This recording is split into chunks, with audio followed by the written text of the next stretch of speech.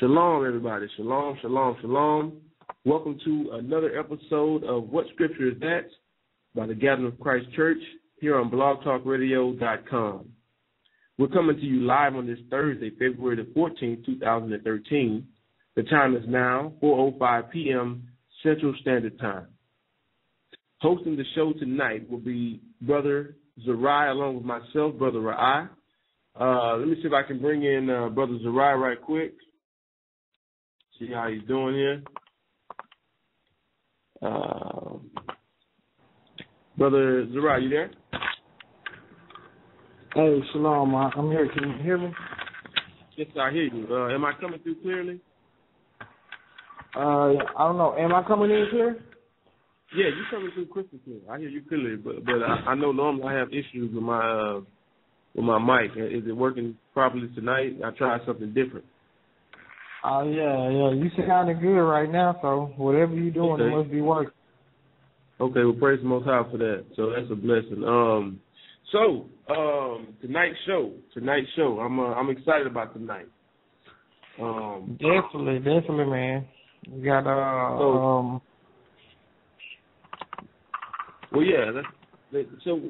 tonight's show, we actually have a guest speaker by the name of DR.W.RANDY Short.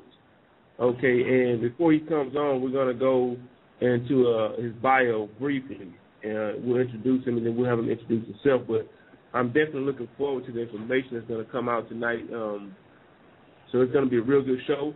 If we have time after the interview, we will go into a roundtable discussion tonight dealing with how to remain humble.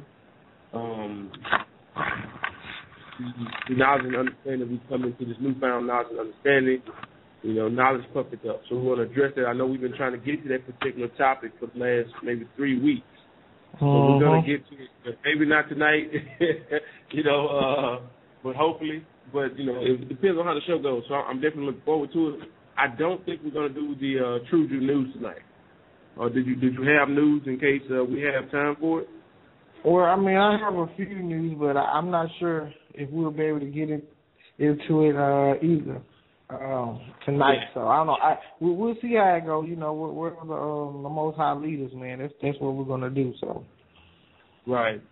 Yeah, I don't think we're gonna have time to go into it, but like you said, we do. I know Brother Randy Short, Dr. Randy Short, he did agree to an hour. Hopefully he can give us dedicate more time. I know he was gonna try to, but he couldn't guarantee any more than an hour. So he's gonna come in about 22 minutes. He's going to come in, so we more than likely won't have time to go into the news. But we do have a few announcements that we're going to go into right quick. So let me go into these announcements. We would like to remind everyone that the Gathering of Christ Church is on Blog Talk Radio 4 nights a week. Okay? Tomorrow evening at 5 p.m. Eastern Standard Time, 4 p.m.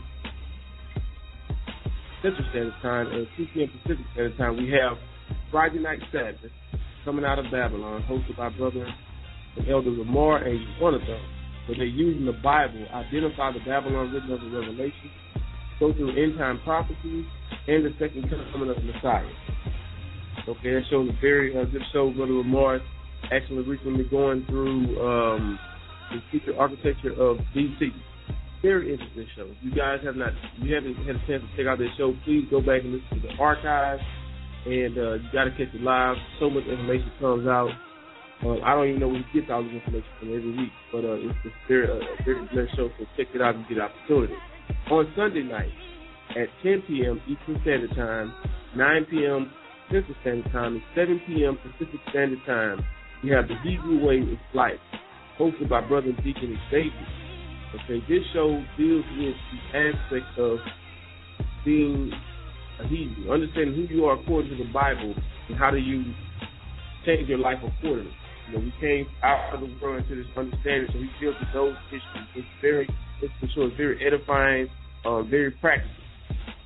Really good show, so check that show out every Sunday at 10 p.m. Eastern Standard Time. Wednesday evening from 5 p.m. Eastern Standard Time, 4 p.m.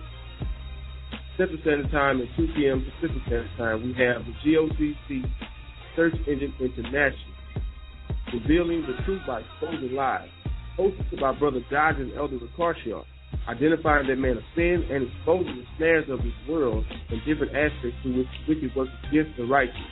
Once again, that show airs every Wednesday evening at 5 p.m. Eastern Standard Time. This show is our most popular show on blogtalkradio.com.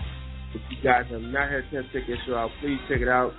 There's almost every week there's a guest speaker on. We have different experts and different things. Last night's show was very edifying. We had Dr.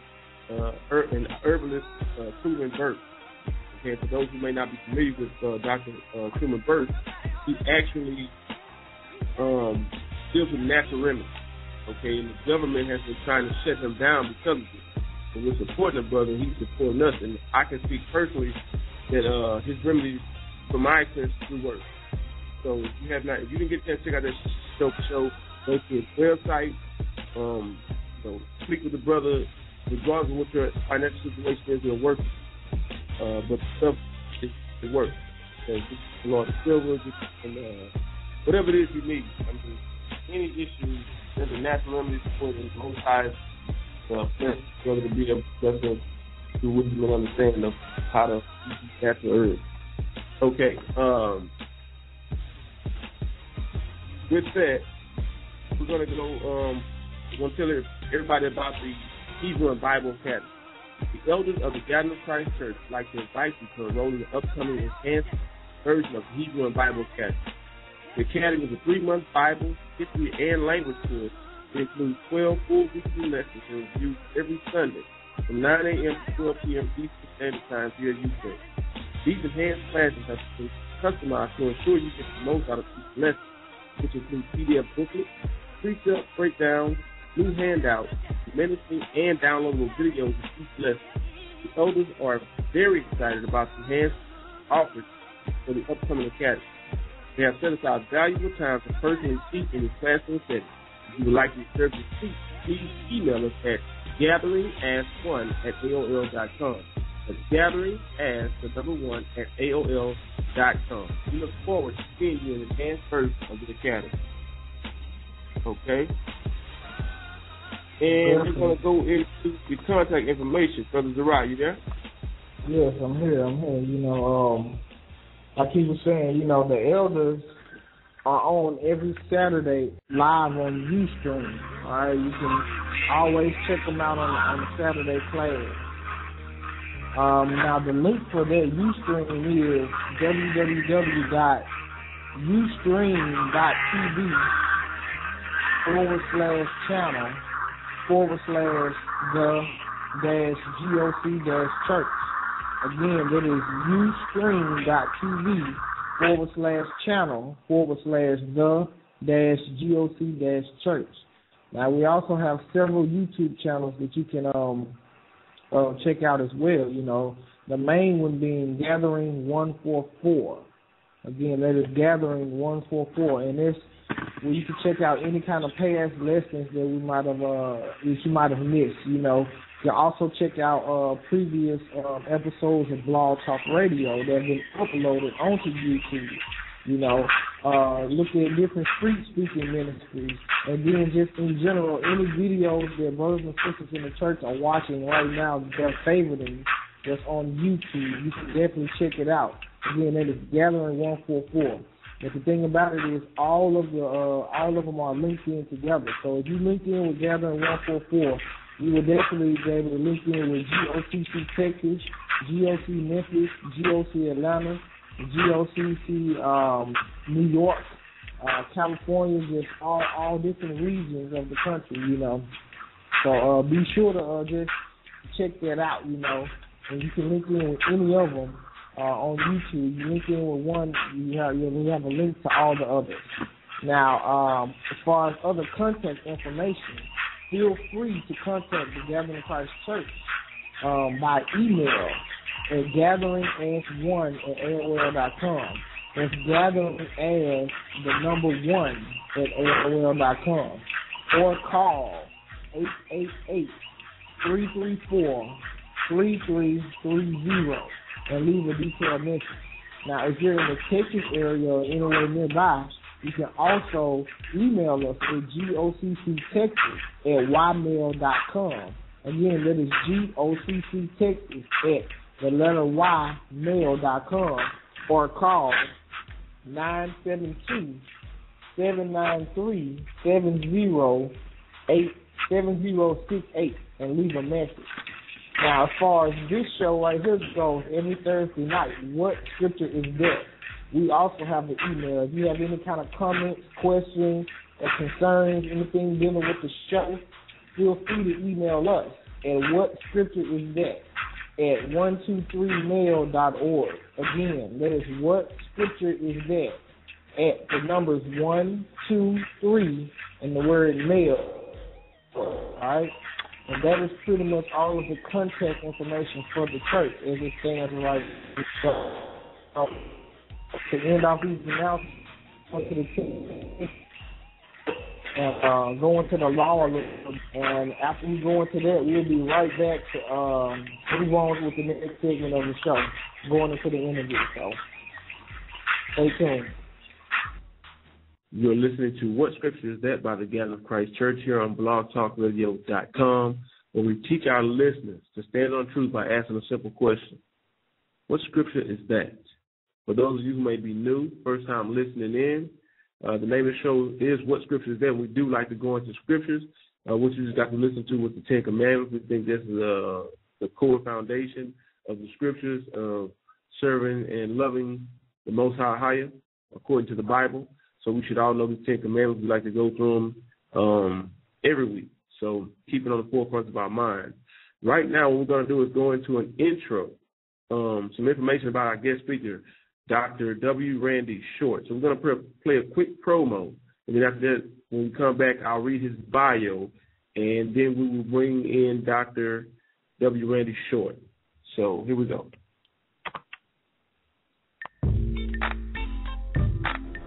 Well, the situation is that you've got a contradiction. You have people, the Ashkenazi, who are descendants of the Khazars who dominate Israel, who were converts to Judaism, and at the same time you have people who are the original descendants of the people who lived in Palestine, who live in Ethiopia and other places, trying to return to Israel. And so you have basically a racist mythological concept of who and what a Jew is in control, and persons who actually are what Jews are, who are subordinate. After all, we need to remember that Israel was established following the Holocaust, and there's been this big push to make certain that they got this land and other things because they had been persecuted everywhere, more or less based on moral suasion. So Israel faces the challenge that it needs to show that it's a moral nation on a certain level to exist, because it was created as a homeland for Jews. And so this issue of racism, now that they have blacks, I have a friend, Cynthia McKinney, when she was in jail trying to make a Gaza boat lift, the jails are full of Africans. They've got a prison camp in Sinai. There were riots last year. You have people like Avigdor Lieberman, who's disgraced himself, but you have very racist people in the Knesset who hate blacks, who hate Africans, and many people are not aware, but one of the greatest Jewish scholars, Maimonides, felt that people who are black were essentially apes or just above monkeys. This is the most revered person in modern Judaism, doesn't even see blacks as human. If some of the guiding people, the ideologies of Zionism, see people as subhuman, then how are they going to treat people once they reach that society? So they're poor, they're homeless, they're discriminated against in terms of how they're paid, or they're put on the front lines to face confrontation with the Palestinians. But I want to say in Congo, Israel gets the diamonds. A lot of these countries are being looted by Western nations, and Israel is a part of it. And so these people tend to go to the nations that are stealing their wealth, trying to make a living where it's peaceful there. I just want to mention the drug that the people are using is Depo-Provera. It causes cancer, contributes to AIDS and chlamydia and osteoporosis, and it's been illegal in Canada and Europe, but it's being used all over Africa. It's being used on African American women by the Pfizer Corporation. They know that it kills. They know that it sterilizes. They know that it destroys people. And Bill and Melinda Gates are raising almost $3 billion to impose this drug all over Africa. God knows how many women it's going to kill and destroy and sterilize. This is wicked. And Israel showing that it's no more righteous than any nation that it came into existence to repudiate. All right. So from the soundbite, you can see that it's going to be a very interesting show. One of the main reasons why we decided to contact this brother is because of his boldness to stand out and proclaim truth, and it's almost evident from his tone that he has a real passion for his people. So I'm going to go through his bio here, and this is Dr. W.RANDY Short's summary. Presently, I am a historian, researcher transitioning from teaching in an HBCU environment to a mainstream educational setting. I aim to convert my dissertation into a monograph and have other articles published in peer-reviewed journals. My professional experience is para-academic, academic, media, and customer service. I have taught at Howard University as a graduate assistant, lectured at Bowie State University, and served as an associate professor of history at Lane College. I have taught American, African American, world, religious, and social history courses. I have worked as a consultant in Amnesty International, the Congressional Black Caucus, Books for Africa, West Tennessee Cultural Heritage Association, and for the International Human Rights Association of America Minorities. I have worked as a National Park Service Ranger and a production assistant for the New Hour with Jim Lear. Okay, one of my goals is to create an NGO development nonprofit that helps working and poor communities in the African Oceanic diasporas. Similarly, I would like to create an institution that promotes peace, development, justice, and social change in diasporan communities.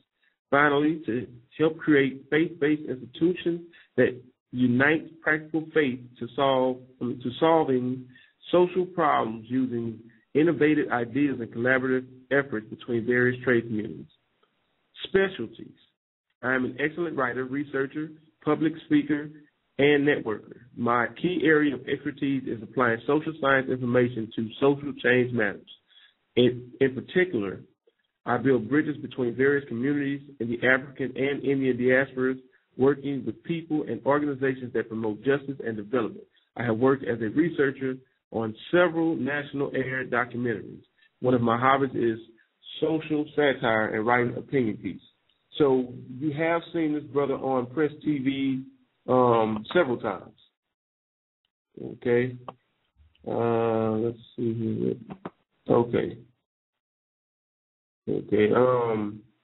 We maybe have some issues, but so I'm definitely looking forward to it. I had an opportunity to speak with the brother the other day. Let's see here. What we got? Okay. Okay. I believe we may have some issues. So what we're going to do, because I think we have some issues getting the brother online. So let me bring in Brother Gaja. Shalom. Can you hear me? Okay, here you go. Yeah, I hear you now. How you doing, brother? I'm good, man. How are you? I'm doing all right. I bring in right quick. We can have a little quick conversation while we try to get Dr. Randy Shorts on the line here. The show last night, excellent show. Did you learn something last night? Dr. Truman. Yeah, Dr. Truman. Always get some new information from Dr. Truman, you know? Yeah, that was a really blessed show. I fell asleep during the broadcast, but the first thing in the morning I got up and I listened to the archive. Right. So, it was a real blessed show. I wish I could have had the opportunity to call in, but we were not able to. But the guest speaker tonight, were you able to do any research on Dr. Randy Shorts? You know, man, I've heard him speak before. When I played that promo last night, I figured out who it was. You know. Mm-hmm. Figured out who it was. And hopefully we'll be able to have a Shlomo Sand on the search engine. Yeah, and next week you guys are gonna have you guys have guest speak coming on next week, correct? Yeah, we're looking to we do have one next week. Like I said, hopefully we could get Shlomo Sand to come on next week. Okay. And you know, pick up from where you leave off tonight. You know, should be a really good discussion tonight, man. You know, that's why I'm here. You know, I want to hear what's going on, what we're saying, and you know, it should be a really good show, man. Yes, sir. Yes, sir. So we got Elder Zariah on the line. Brother Zariah, you there? Hey, yeah, I'm here. Can you hear me? Yes, sir. I hear you loud and clear. All right. So yeah, we do have Dr. Randy in. He's calling in now. He's in the queue, so I guess we could go ahead and bring him in. All right. Oh, okay. Well, let's bring in. It's rolling. Okay, shalom, Dr. Randy Shorts. Are you there? Yes, I'm here. How you doing, brother? I'm all right. Every now and then I was working on something, and I worked on it just up until your call came through, and I got hit by something else. So while I'm talking to you, I'm going to be multitasking, researching on my little laptop here, because something hit me like I've been beaten over my head with the bat. So when we start talking, and in this interview, I guess I want to ask me why I see or have come to a certain point of inquiry.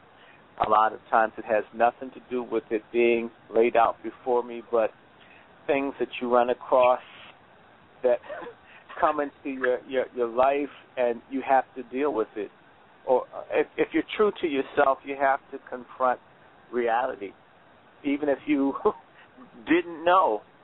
And part of where our people are is when you're not free, there's a lot of stuff that you don't know. Wow. Holy Jesus, I'm looking at this, and I'm saying, oh, my God, this is something right now I just found, and I'm reeling. So forgive me. I've been blown away by some work I was doing for someone else around what's happening to our people that relates to why you called me, to show you how connected this can be. And hopefully you may be able to share some of that with us. Well, I'm going to share. Just go ahead. I'm sorry. Well, no, I gave a bio. I gave you a background brief, but can you kind of give us a brief, in-depth of your background as far as how your passion came about? You know, as far as to do this work, to serve your community and your people. Because I told the audience that one of the things that made us want to bring you on the show is your boldness to stand on truth and declare it, despite what dangers may come with it. So what went into you being having a passion to bring out the information and wake your people up? Well, I would point it not so much to me, but point it to God. Not saying that I'm perfect or a saint or anything, but, God gives us all a purpose and a reason to be here. And I can certainly say to you that everybody here, everyone listening, is the result of a miracle, whether you are pushing a broom or working for a Department of Sanitation in New York or wherever, or if you're working in the White House. You wouldn't be here without God putting breath in your body and making your vital organs work. So all praise goes to God, because I certainly, it's a miracle that I'm here and that we're all listening. I'll just run it this way with you, and I'll try to go through it very quickly. Like I said, it's a miracle that I'm here. It's because so many things happened prior to me being born, and me even being born, and so forth. But My grandfather escaped the lynching in the 30s. My great-grandfather, and that's in North Carolina, another great-grandfather escaped the lynching in Georgia in the 20s. So, you know, can you imagine that? A lot of us have no idea if we go into our past how fortunate we are to be here. But if I were to make it simple, my father and mother are both ministers. My father's deceased. He passed in September 2011. But they really wanted to serve God and help the people. And I grew up on George Washington's plantation outside of Washington, D.C. This is true, except this was land that George Washington had given to his son that nobody talked to acknowledge exists, and somehow white folks managed to take that property. Steadily, they've taken the property away from George Washington's descendants. It's an area called Gum Springs. And I grew up, unfortunately, in the predominantly white area. And so things that I was exposed to that were quite strange was just dealing with people who really hated black people. I mean, my head spins. No matter what I've learned about other people, I just don't walk around feeling hatred towards people just because they're different. I may not want to be around them, but I wouldn't want to hurt or plot people being harmed. And so that part of it, I wanted to know from an early age, why do people hate us so much? Why does someone walk all the way across the neighborhood to try to spit on me because I'm black? If I even thought about spitting on someone, I know what my father and mother would do if I said I wanted to do it. To watch parents congratulate their children for calling you names, to congratulate their children for throwing rocks at you because you were black. And you have to ask questions. Why does someone follow me into the restroom? Why do people try to look at me when I'm using the restroom? Why do they care so much? Why do parents teach their kids to hate you? Why do people move? Why, in my first day of public education, does the mother come in and count the number of black people in the room, cuss out the teacher, and take her daughter out? You know, that you got to wonder, why do people do this? Why is it? I remember when Martin Luther King got killed, I was very small. Why are people threatening to kill my family?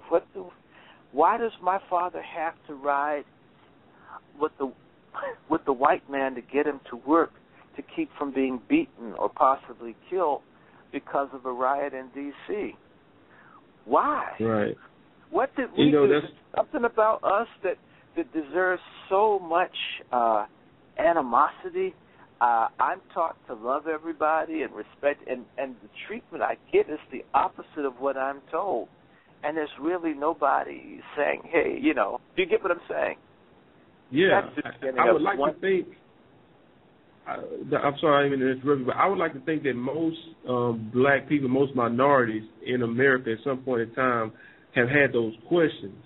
And fortunately for us, you know, praise be to the Most High, that we turned to the Bible to seek for answers, and we found answers in the Scriptures.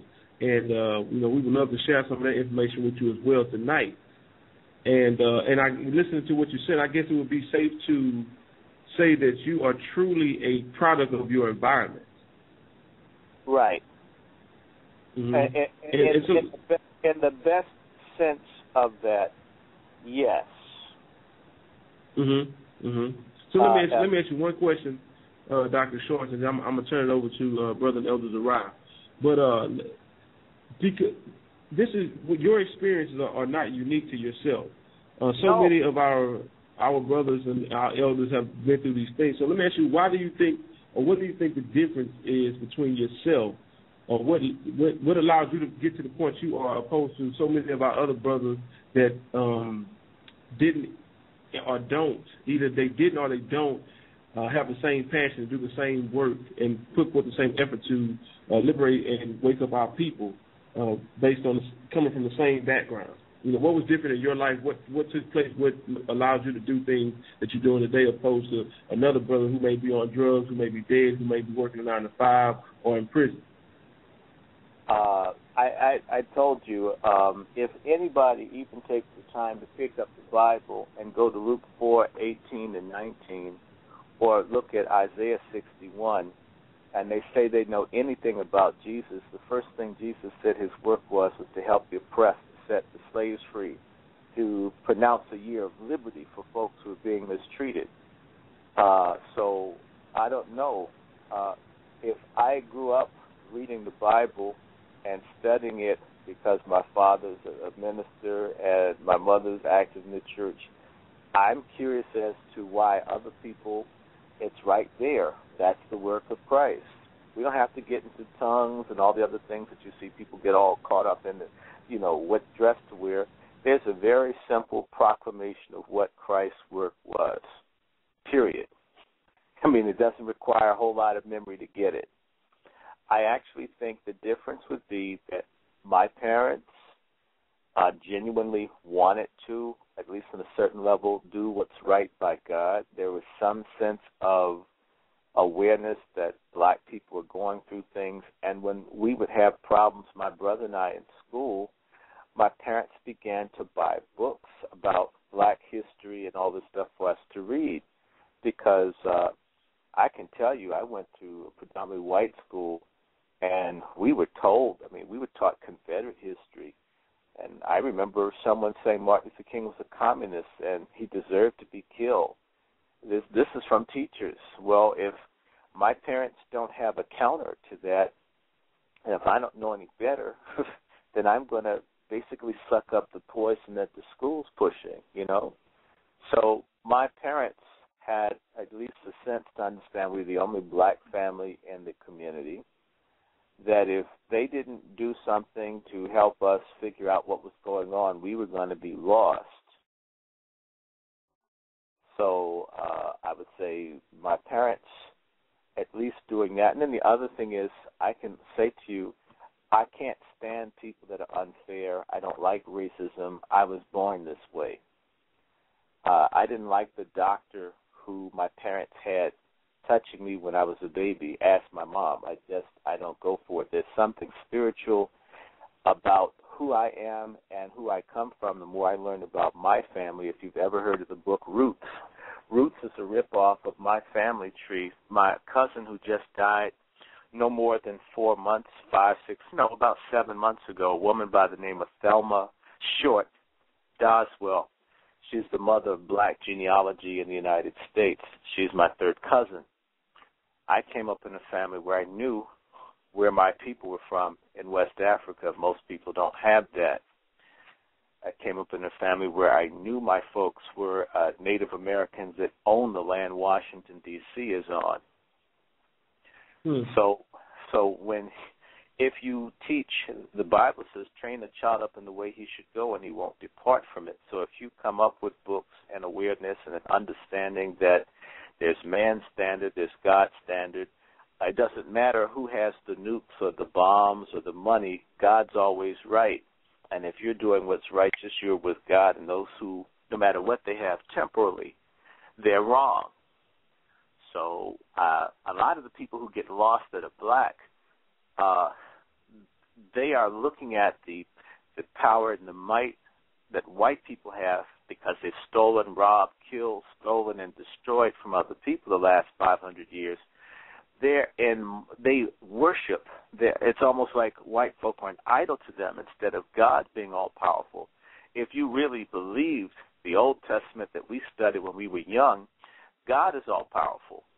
And Pharaoh is whoever is in power that mistreats people, and God can bring him down. Whether you're outnumbered by white folks or if you're 50-50. A lot of us don't really believe in an all-powerful God that could crush them and don't identify with the Jews in the Bible. I always thought the people in the Bible were more or less like us. We're going through hell like them. David is us, Goliath is the other people. Who could the people who are doing right being messed with by other folks, that always struck me as being more my story than the people who are calling me nigger, stealing our stuff. Absolutely. So how can people who represent unrighteousness hate? violating all the commandments in the covenant, represent God? How could anyone believe the stuff they saw on television is true? You know, how can you, rationally looking at it, if the Bible is true that God is on the side of the people who are righteous and the people who are being oppressed, how could the people oppressing you represent God in image or substance or style? They can't. If you believe the book itself, if you believe the people who hate you, who want to twist what's in the book to confuse you, then you're lost. Well, brother, I couldn't have said that no better myself. And I'm, you know, for the listeners out there, you know, Dr. Shorts has a wealth of information. So, Dr. Shorts, if you don't mind, we're going to try to, we're going to attempt to pick your brain a little bit. So I'm going to bring in Brother and Elder Zariah. Brother Zariah, you there? Yeah, I'm here, man, and I'm just kind of taking in a lot of what he said, you know, and it's very much true. So I guess one of my first questions is, you know, like you were saying, you know, as far as the history and things go, you know, you said that you were taught a much better part of history than a lot of people coming up, you know. So I guess my question is, like, when did you know? Like, at what point in your life did you know that, you know, we are the people according to the Bible? Because I remember in a previous conversation with you, you told me how, I believe you said back in, like, during the time of the Civil Rights Movement, or maybe even before that, there was a lady in New York a black woman who knew that she was a Hebrew and a descendant of the Israelites, and she fought against the police, even way back then. So, when did you know? Yeah. There's been a long question. You see, there are a couple of things going on. If people truly take the New Testament at its word, the people who truly follow God, for me, through Christ, you become Jewish through spiritual adoption if you weren't actually the physical ones. Do you get my point? Even if the original Jews were not black people, which we know they were, spiritually, if you follow the last true king of the Hebrews, Jesus, you are with them through conversion, period. Our people have been trained to think everything belongs to everybody else. Everyone's chosen but us. Everybody talks about the Holy Land, but if you ever go to a geography book and you look at what the Holy Land is called in terms of people who do cartography, they'll call it the Syro-African Valley. If you've been watching the news, Syria's to the north of Israel, so the Syro part of the valley is Syria, and the African part of the valley, you got it.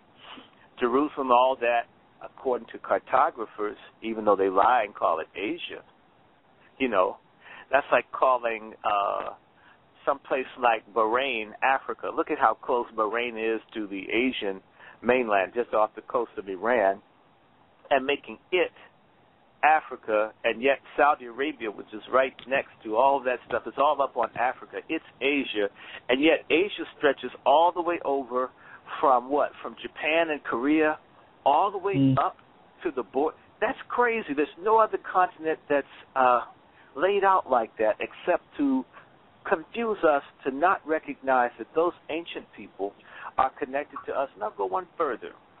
Anybody that's read into Genesis 10 knows that all the people in Genesis 10, they're black. The sons of Ham are, and it lays it out, the Table of Nations.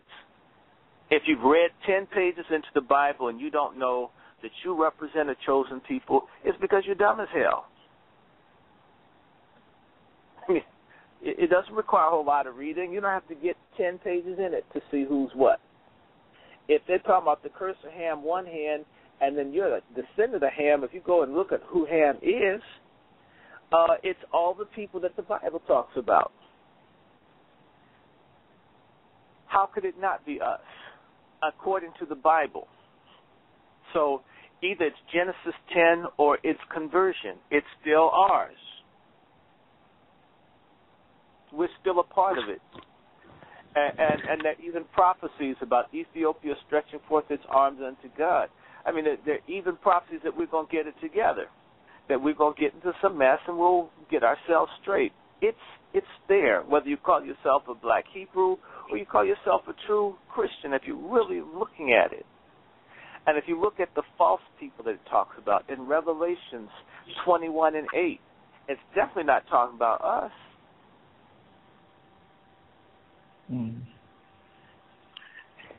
So, this whole thing about Jews and Gentiles, they never called the Egyptians in the Old Testament Gentiles. They didn't call the Ethiopians Gentiles. Gentiles were you-know-who. Mr. Bobo in antiquity. Not talking about us. But we tend to allow other people to define us in every way, spiritually, culturally. And so we were introduced through slave-making Christianity to Christianity instead of the people being honest. In fact, I'll break it down to you. The gentleman that I did my dissertation on, his name was William Shepard. William Shepard was educated at a school that's down in, it's in Alabama, and it'll come to me, in Tuscaloosa, Alabama, and the school will come to me in a minute. It's named for a white man who was teaching black folks in the 1860s and 70s that they were the descendants of the original people in the Bible. Now, how could a white man raised in Mississippi with slavery know who black people were back then? And we got these nigger preachers that won't teach people who they are right now.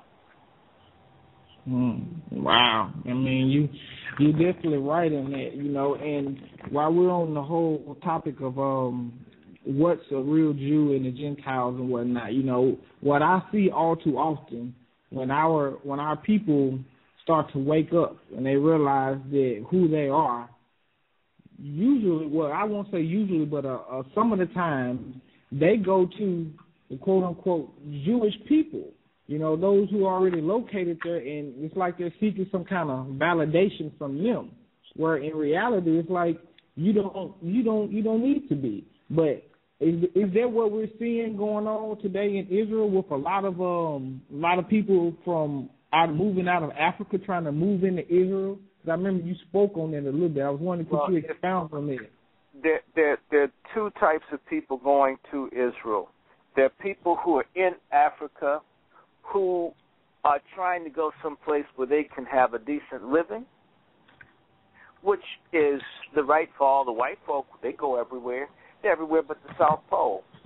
When they find a way to mess it up enough for them to stay there, they'll be there too. There's no place that they don't go to make money. So what is it about people who are African or of African descent when they try to go someplace, people start killing them and jailing them, like they don't have the right to be here, and yet everybody's invading Africa right now. The Chinese are there, the Indians are there. I mean, and France is recolonizing its former colonies. The United States is in there. Everyone's trying to take what we have and don't want to share any of what they've got. So some people from Sudan, who, in particular South Sudan, who've had a whole lot of little racist Peckerwood missionaries go over there and confuse them. I know the stuff because I've worked with the community. I was with Amnesty International, a very strange organization. We'll get into that in another conversation.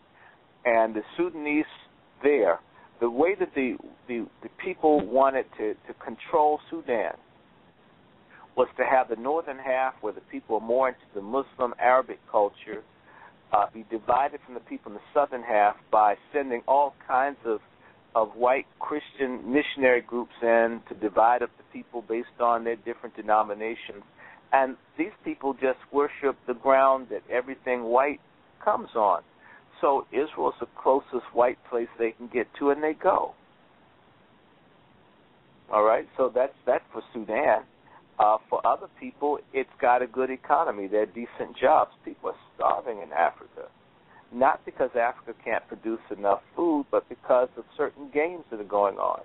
We've got, throughout our history, we've had people who are enemies of the larger group that want to get something for themselves as individuals, and they cooperate with the people who oppress us. I mean, there's no reason in the world, if Africans have been able to feed themselves for millions of years, all of a sudden white folks start showing up, and all of a sudden we can't do basic things. We can't have sewers. We can't have clean water. We can't have basic food. All of this occurs with the appearance of these people. We had civilizations before folks even were able to walk out of Africa to even get to Europe. Folks were building things in Africa. That's just a fact. And they just found some huge city. They just found some pyramids in Sudan, and they found some stuff in Somalia a couple of days ago. We've had civilizations before the other people got started. But when people's minds are confused, then they would take it as, you know, right now, white folk are the flavor of the month. So those Africans, if you've been all over Africa, you'll meet a lot of Africans who will try to tell you America's perfect. They'll get angry if you tell them they're hungry people in America. They'll get angry if you tell them that people go to jail in America because they're worshiping a false idol.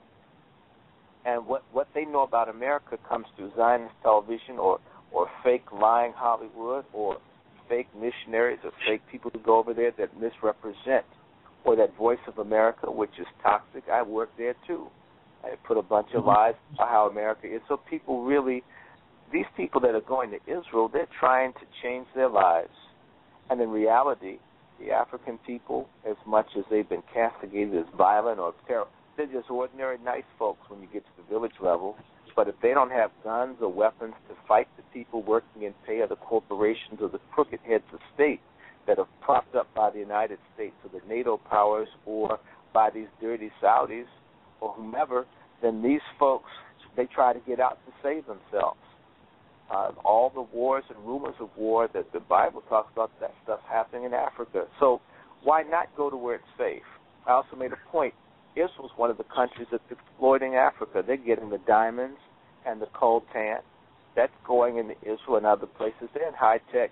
These are people that are benefiting from the destruction of the ecology and the lives of African people. It is the same way that Africans are coming to the United States and trying to get to Europe. They're trying to get to places where they can have a better standard of living and live in peace. And it's no different from people from South and Central America that come to the United States to escape the insurgencies and the so-called pacification programs in places like Colombia and in Honduras, where these things have gone on for decades. The people come here. They may not want to leave, but what do you do if you've got folks that come through and rape and kill people? So that's one group. Now, you also have people who are genuinely, who are more Jewish than anybody else. We were talking about the Lemba people in South Africa. But there are other people interspersed all over Africa that have a relationship to ancient Israel.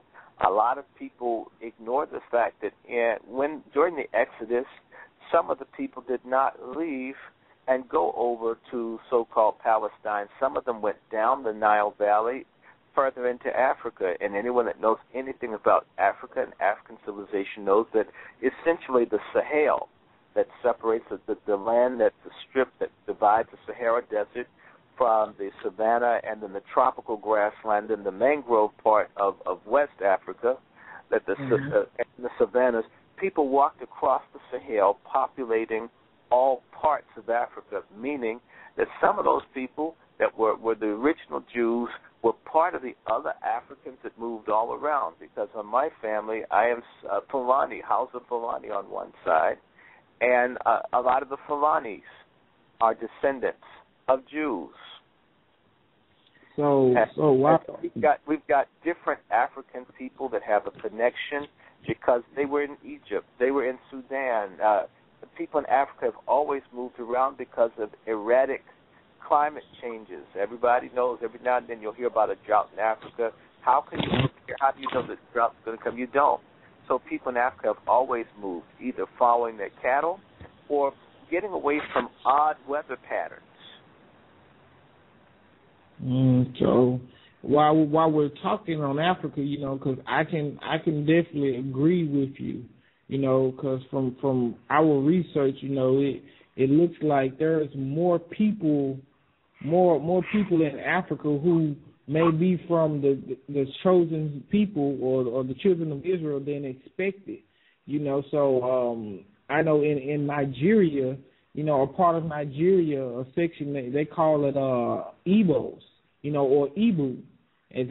Matter of fact, and Igbo is really short for Hebrew, you know. So these people also settled there, and they carried a lot of their culture and their customs with them along the way, and a lot of it still exists there to this day, you know. But I guess my next question is, you know, do you believe that this is part of the reason we're seeing this big campaign for eugenics in Africa like we always have? And I know you spoke on about with Bill Gates and his wife, how they're raising up all this money for this drug that kills, this Depo-Provera, you know. And I kind of want you to go into that, because that not only is affecting the people in Africa, but even our brothers and sisters, the so-called African Americans and the other minorities in the United States as well. So could you kind of expound on that? Well, here's what I'm going to share with you so we can just hit this straight on. I want everybody, if they can take out a pen and a piece of paper. And my brother, I've been waiting for a call from a guy in Los Angeles, because I could probably get you a few of the films and materials for you to share in your group. But my friend Dr. Alveda King, she's a niece of Martin Luther King. Her father was Alfred David King, and he was assassinated in 1969, a year and a few months after his older brother got killed. Most people don't know that they killed Martin Luther King, they killed his brother, and they killed his mama, trying to kill his dad.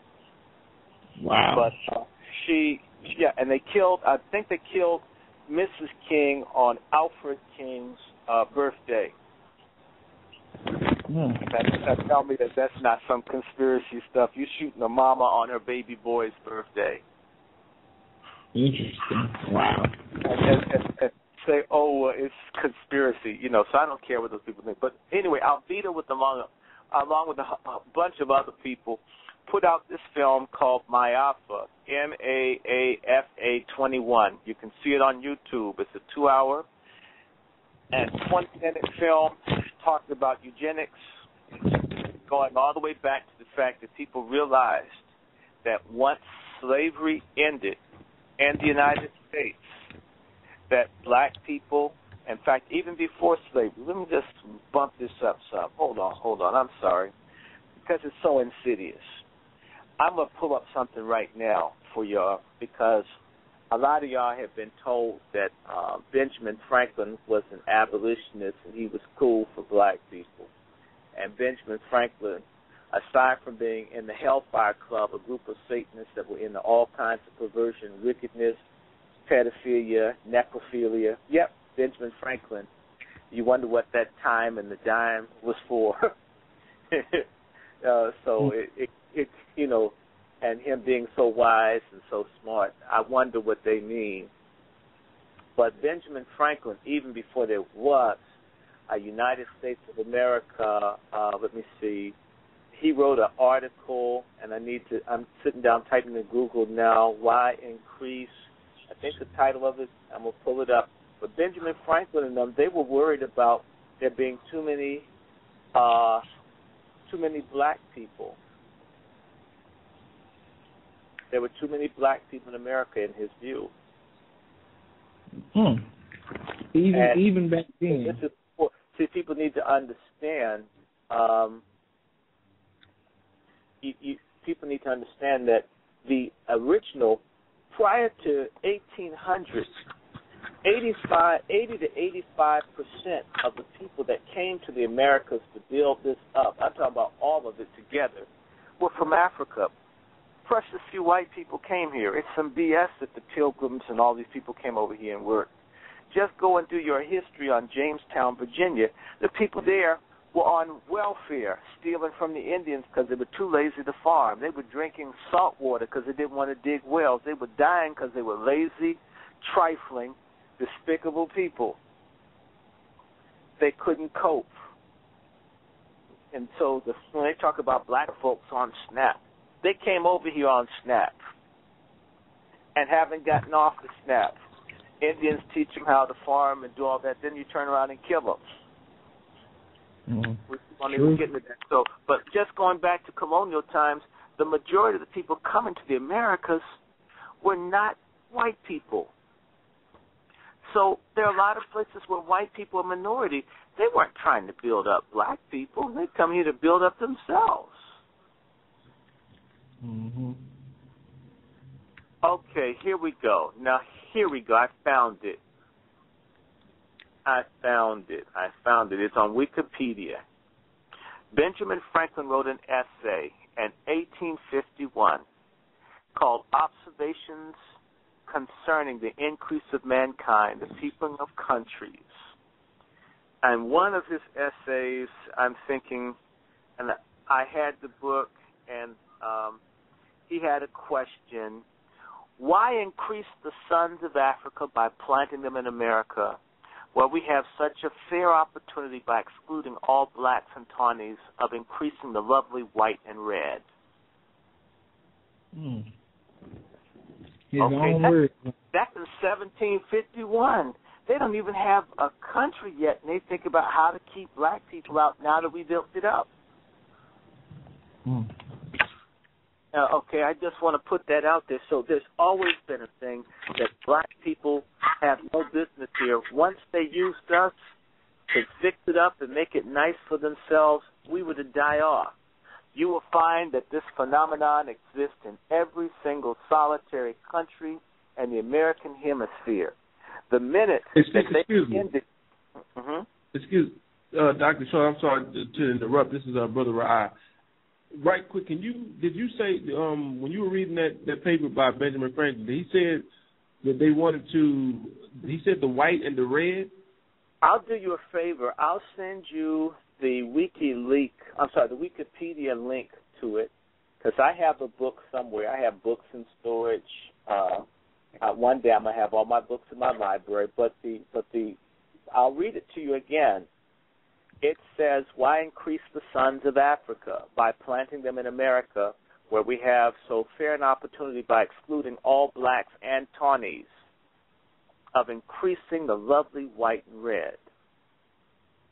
Okay. The white and red. And my other question, you may shed some light on this, something right along the same lines. I was in Houston, Texas, and we were on the street preaching. And there was a white guy who came over, he was listening, and he decided to share with us some information. And what he told us was, in a nutshell, that Abraham Lincoln did not free the slaves. Actually, Abraham Lincoln had a plan to send all the slaves back to Africa, and this is why they killed him, because he was going to mess up their, basically the stock market, because the stock market was built on free slave labor, and if you get rid of all the slaves, you destroy the stock market. So can you know if that's true or not?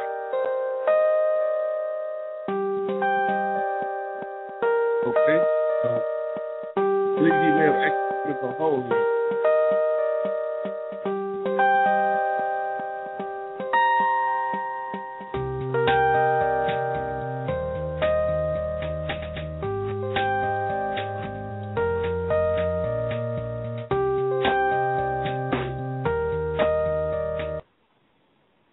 Okay.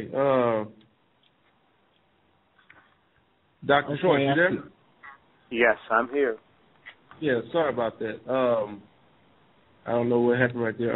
So I'm sorry. You were saying as far as do you have any understanding on if that's true or not? With Abraham Lincoln was trying to ship all the slaves back to Africa.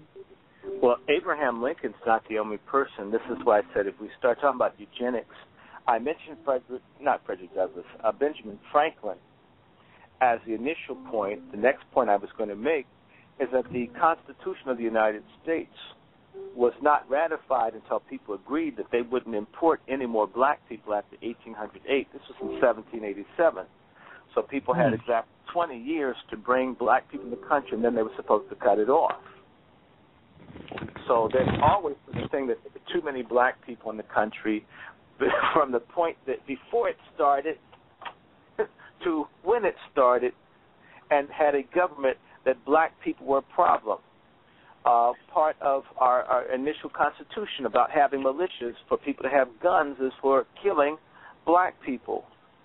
Now, let's just jump forward and go a little further into the period. Once you had the situation that you have the United States of America, where people had, like in the North, where slavery wasn't as strong outside of New York and some larger cities, people didn't mind ending slavery, but they did have a system of apartheid in the North. And black folks were limited from jobs, and they had to pay bonds to be places.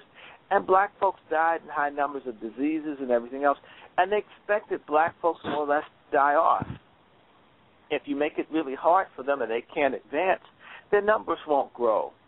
And along with, in the early Republic period, they began to talk about sending black people back to Africa. It's something that happened. In fact, the Star-Spangled Banner, written by a racist by the name of Francis Scott Key, who borrowed part of what was being produced at Princeton University. They were teaching that black people were naturally inferior, they were terrible, they were degenerate, they would have too many children, they would overtake white people. Something had to be done about black folks. In particular, they claimed that free black people had a birth rate so high that by 1920, blacks would outnumber whites and we'd have a terrible race war in the country. This is in the 1800s. It's like 1810. People were worried about the black population rate. The free blacks. Not the poor ones, not the slave ones, but anybody black that wasn't a slave they didn't want here. So you got the American Colonization Society, which got a real big impetus after the War of 1812. What most people are not taught is that during the War of 1812, the British were successfully able to get at least a good 1,000 to 2,000 blacks to join the British military. And they defeated the United States Army at a city called Bladensburg, right outside of Washington, D.C. The whites saw black soldiers in uniforms with guns, and they ran. And it's the black soldiers that played a key role in burning Washington, D.C. to the ground on August 23rd, 24th, and 1814. It'll be the bicentennial next year. And by the way, the Star-Spangled Banner, written by that same racist Francis Scott Key, go down to the third stanza. Everybody go to Google, look up the Star-Spangled Banner. And most people think the Star-Spangled Banner is just one stanza. It's actually four. The third stanza talks about killing black people. That's a national song that we get all fired up when people sing it.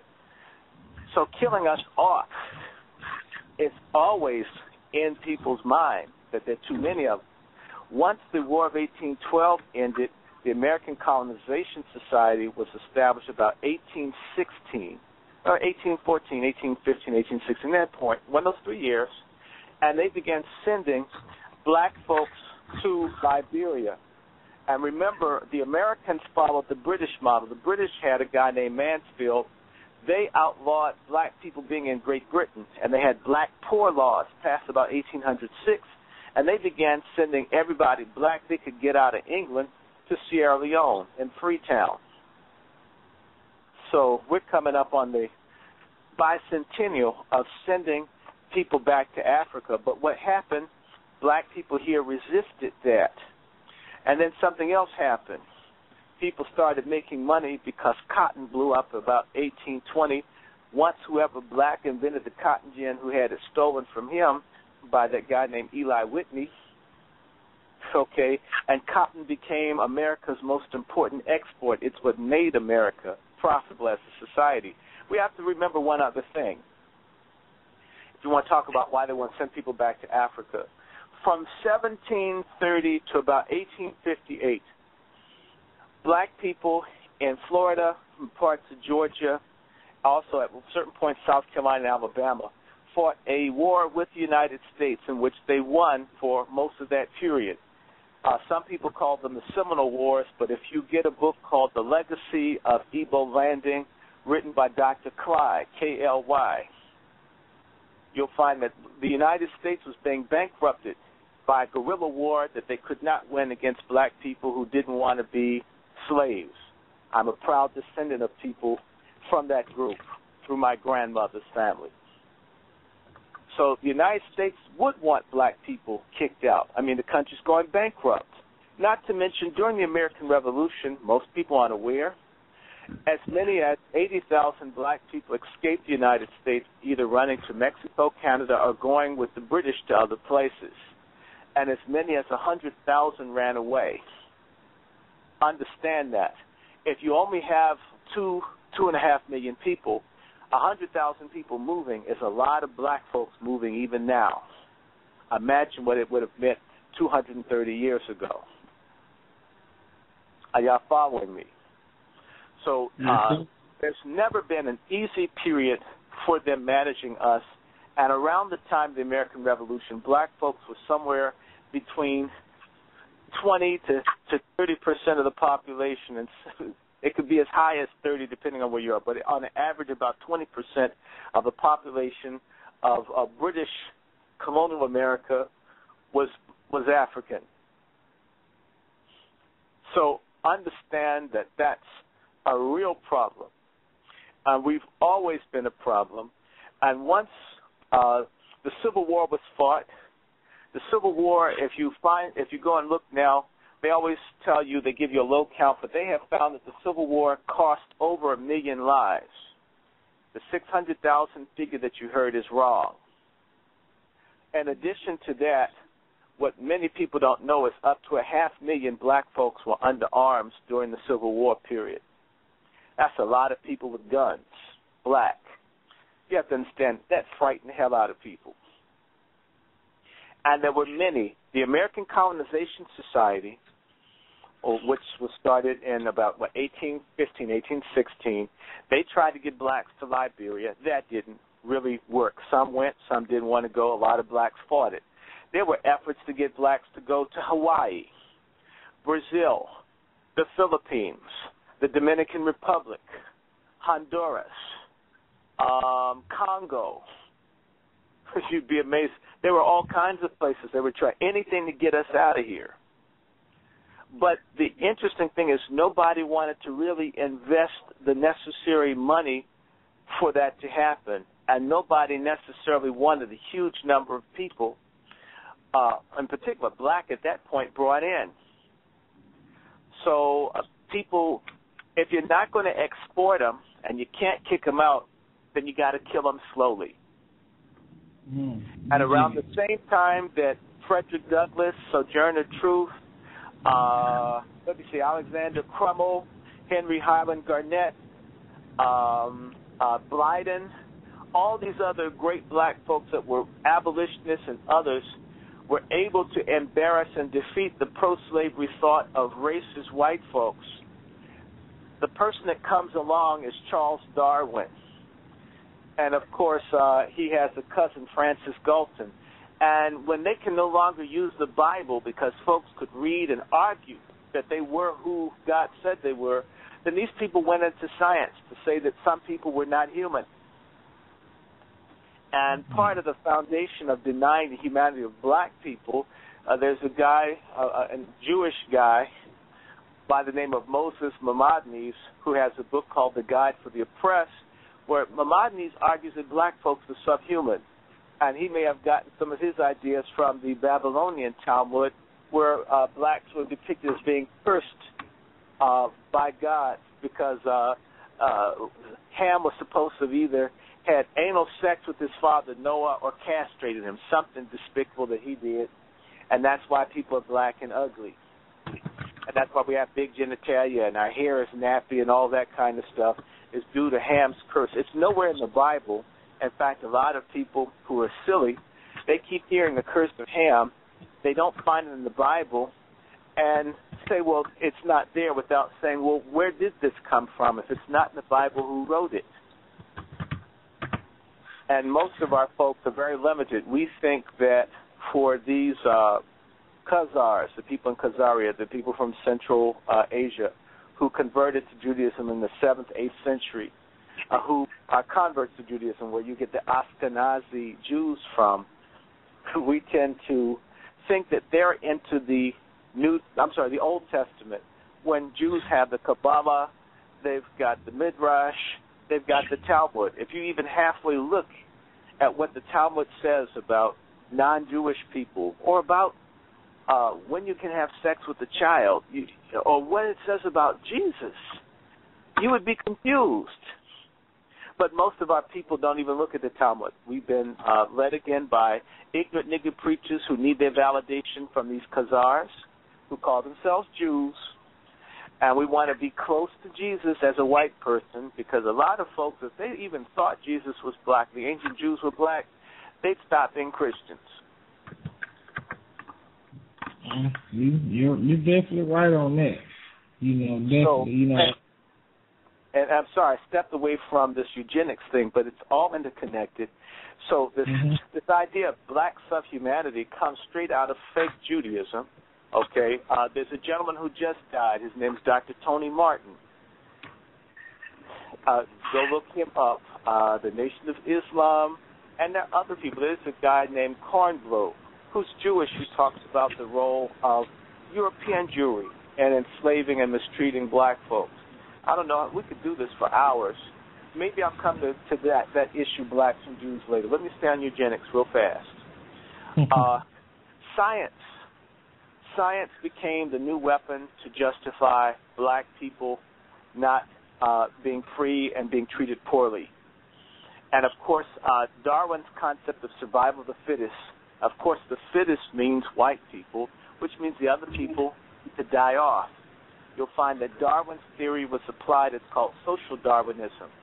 And it's not just the United States. Every country in the Americas that had enslaved African people had a policy of bringing over white immigrants to bleach out its non-white population. Brazil, Argentina. Brazil's population to this day is largely black, but its immigration policy would not allow black people to go to Brazil. I went to Australia in 1980. It took us several months to get a visa because Australia then had a white Australia-only policy. Even for visitors, it was hard to visit Australia if you weren't white. We're not talking about staying, visit. So, these countries that these people went and took over from the Indians and enslaved Africans, they didn't want us to grow strong. They want us to die off. That was the whole theory. So Puerto Rico, all these places where you had Africans enslaved, Cuba, if they did not have an immigration policy to bring in white people, they did everything they could to starve their black populations out. In the case of Argentina, the population of Argentina at a certain point was 25% black. If you go to Argentina now, there are very, very, very few black people. They put them in the worst housing. The men were often pressed to be in the army so they could die, be killed. Sound familiar? All blacks in the military, it's a good job. There's no racism in the military. I think bullets are very racist. Bombs, too. So it's America. It's everywhere. And then you've got Francis Galton, who comes up with eugenics. And, of course, blacks are seen as the inferior people. There is a book or an article I think that Galton wrote, which is called The Nigger Question, where he's talked about the need for blacks to vanish, to follow. And when the Civil War ended, a lot of people, one of the reasons they didn't want to give 30 acres and a mule in reparations to blacks is that if you give them land and the means to take care of themselves, you're going to have an African country in the United States. Their population's going to grow. We can't have this. We've got to find a way to cut their numbers down. Make it hard for them to make it. Don't extend them credit. Discriminate against them. Don't give them health care. When there are diseases, don't build sewers. They had to fight to get people to build sewers in the South because the people didn't mind a black died of disease. It had to be explained to them, if black folks get cholera and yellow fever, you'll get it too. So even though you hate them, if you don't allow them to live in sanitation, somehow it's going to affect you. If your maid gets cholera, you're going to get it too. If your maid gets diphtheria, your kids are going to get it too. So there have been different ways. So people start trying to think, what do you do about the black population? And that film, My Alpha 21, lays it down. And so with eugenics and with the American Birth Control League, which became Planned Parenthood, they really began to figure out what to do. Now, understand something. It was wishful thinking when the Civil War ended because the folks were trifling with their statistics and record keeping because the country was messed up. The black population appeared to have decreased. So certain people had speculated that black people would die off by 1920. How do you like that? But when they began to see other numbers, when they did the 1880 census that the black population had grown, people said, oh, my God, they're still here. And believe it or not, there's the first black PhD in mathematics is a gentleman by the name of Dr. Kelly Miller. Dr. Kelly Miller did a book called Everlasting Stain in 1924-25. And one of the essays, he talks about the statistical abnormalities of the 1920 census, where he said that the way that the Census Bureau counts black people's population so crazily until it makes no mathematical sense. And what it reflects is people's wishful thinking that we didn't exist. Now, Lincoln tried to send black folks abroad. He wanted to, but I wonder, because Lincoln only allotted like $500,000 for this to happen, and when that money was exhausted, he didn't pursue it anymore. The president who really was trying to send black folks out of the country was President Grant. He was trying to get black folks in the Dominican Republic, and the deal fell through. You follow immigration preceded people deciding to wipe us out or do eugenics. The real concern about that, if you ever pick up a book called The American Dilemma by Gunnar Myrdal, a racist eugenicist Scandinavian, and you read chapter 7, they talk about the need to kill black people off slowly as not to alarm us. If you go online and you Google, put in the search bar, the Negro Project, this racist woman by the name of Margaret Sanger, who started the American Birth Control League, she had a thing called the Negro Project, which is a means to use black preachers, stupid nigger preachers, in the pay of racist white folks to spread eugenics, to get black folks to kill themselves, to teach a black woman not having babies is what God wants. Killing your babies is being good.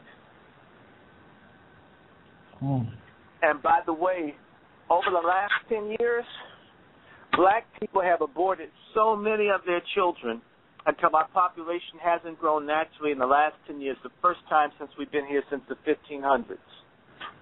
They've been very successful. The National Association for the Abortion of Colored People, I'm almost done. Almost every black organization that you respect in this country supports the elimination of black people because it gets money from Planned Parenthood and or corporations that want black people to be dramatically reduced in this country's population. Wow.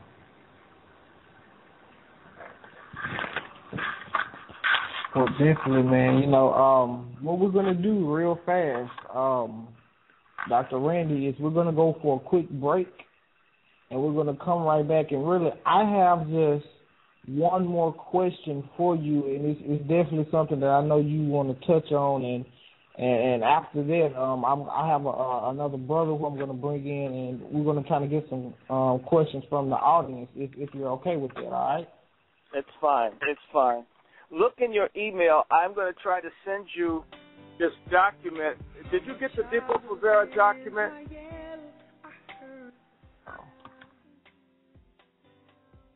Yeah, the email you sent? Yes, sir, we have it.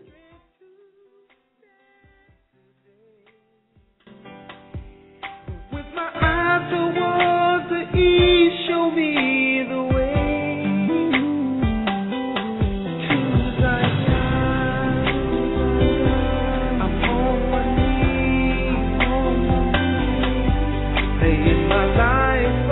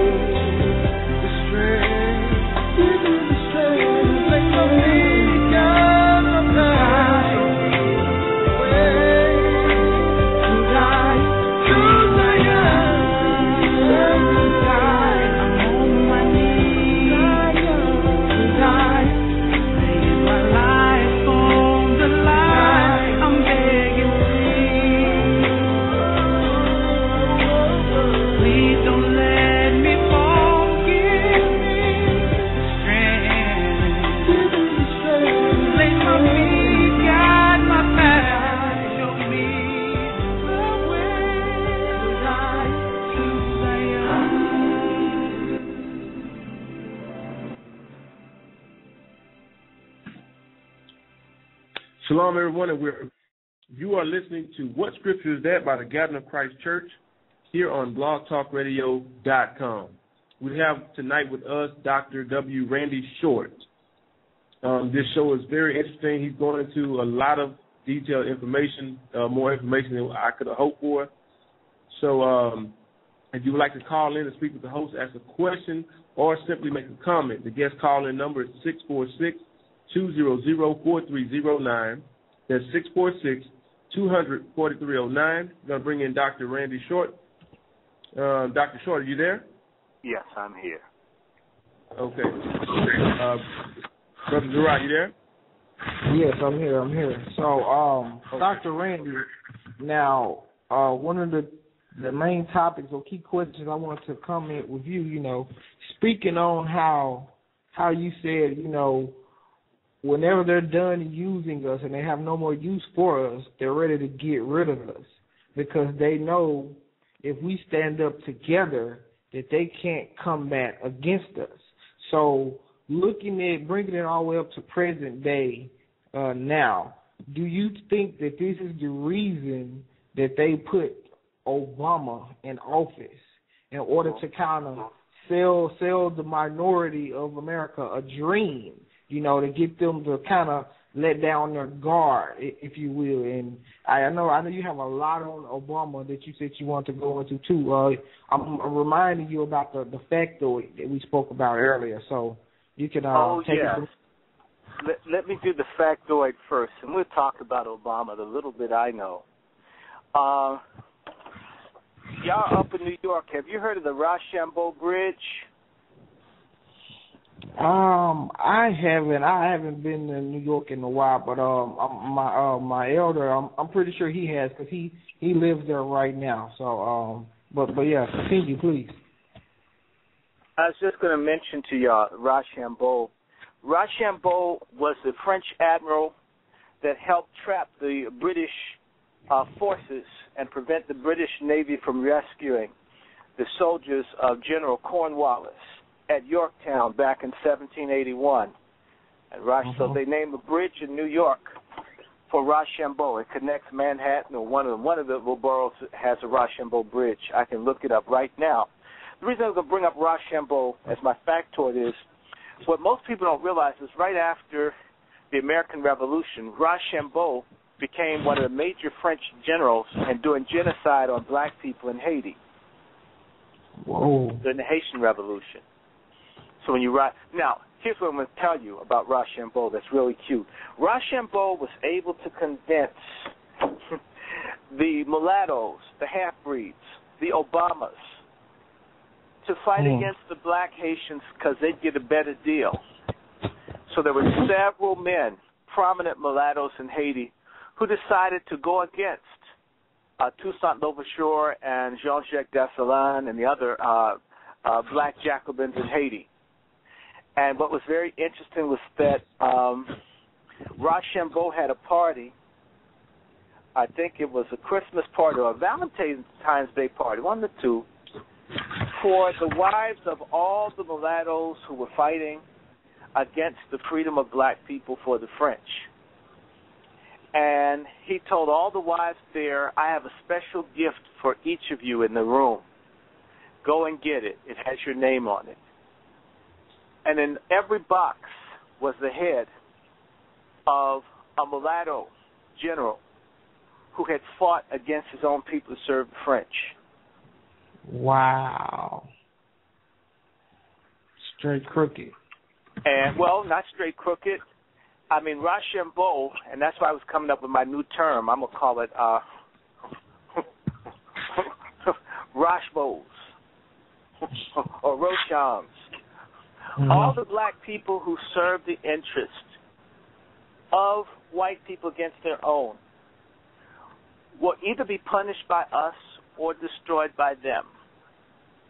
It's just the way things go, which is why I'm always going to be on the side of my people. I'm always going to do the right thing. Now, Obama's mother is of Jewish descent. Obama, if you go, and I'm trying to think what my friend's name is, and I'm going to look it up because he's a journalist who does a lot of stuff in, I think his name is Gary. What is Gary's last name?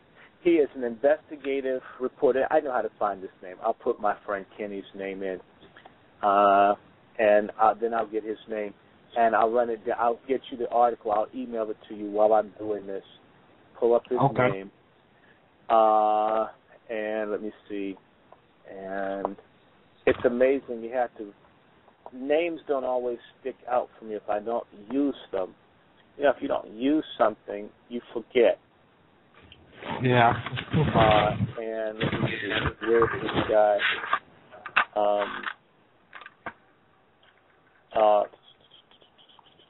I'm looking for this man's name, and I wish, but I'll stick with it.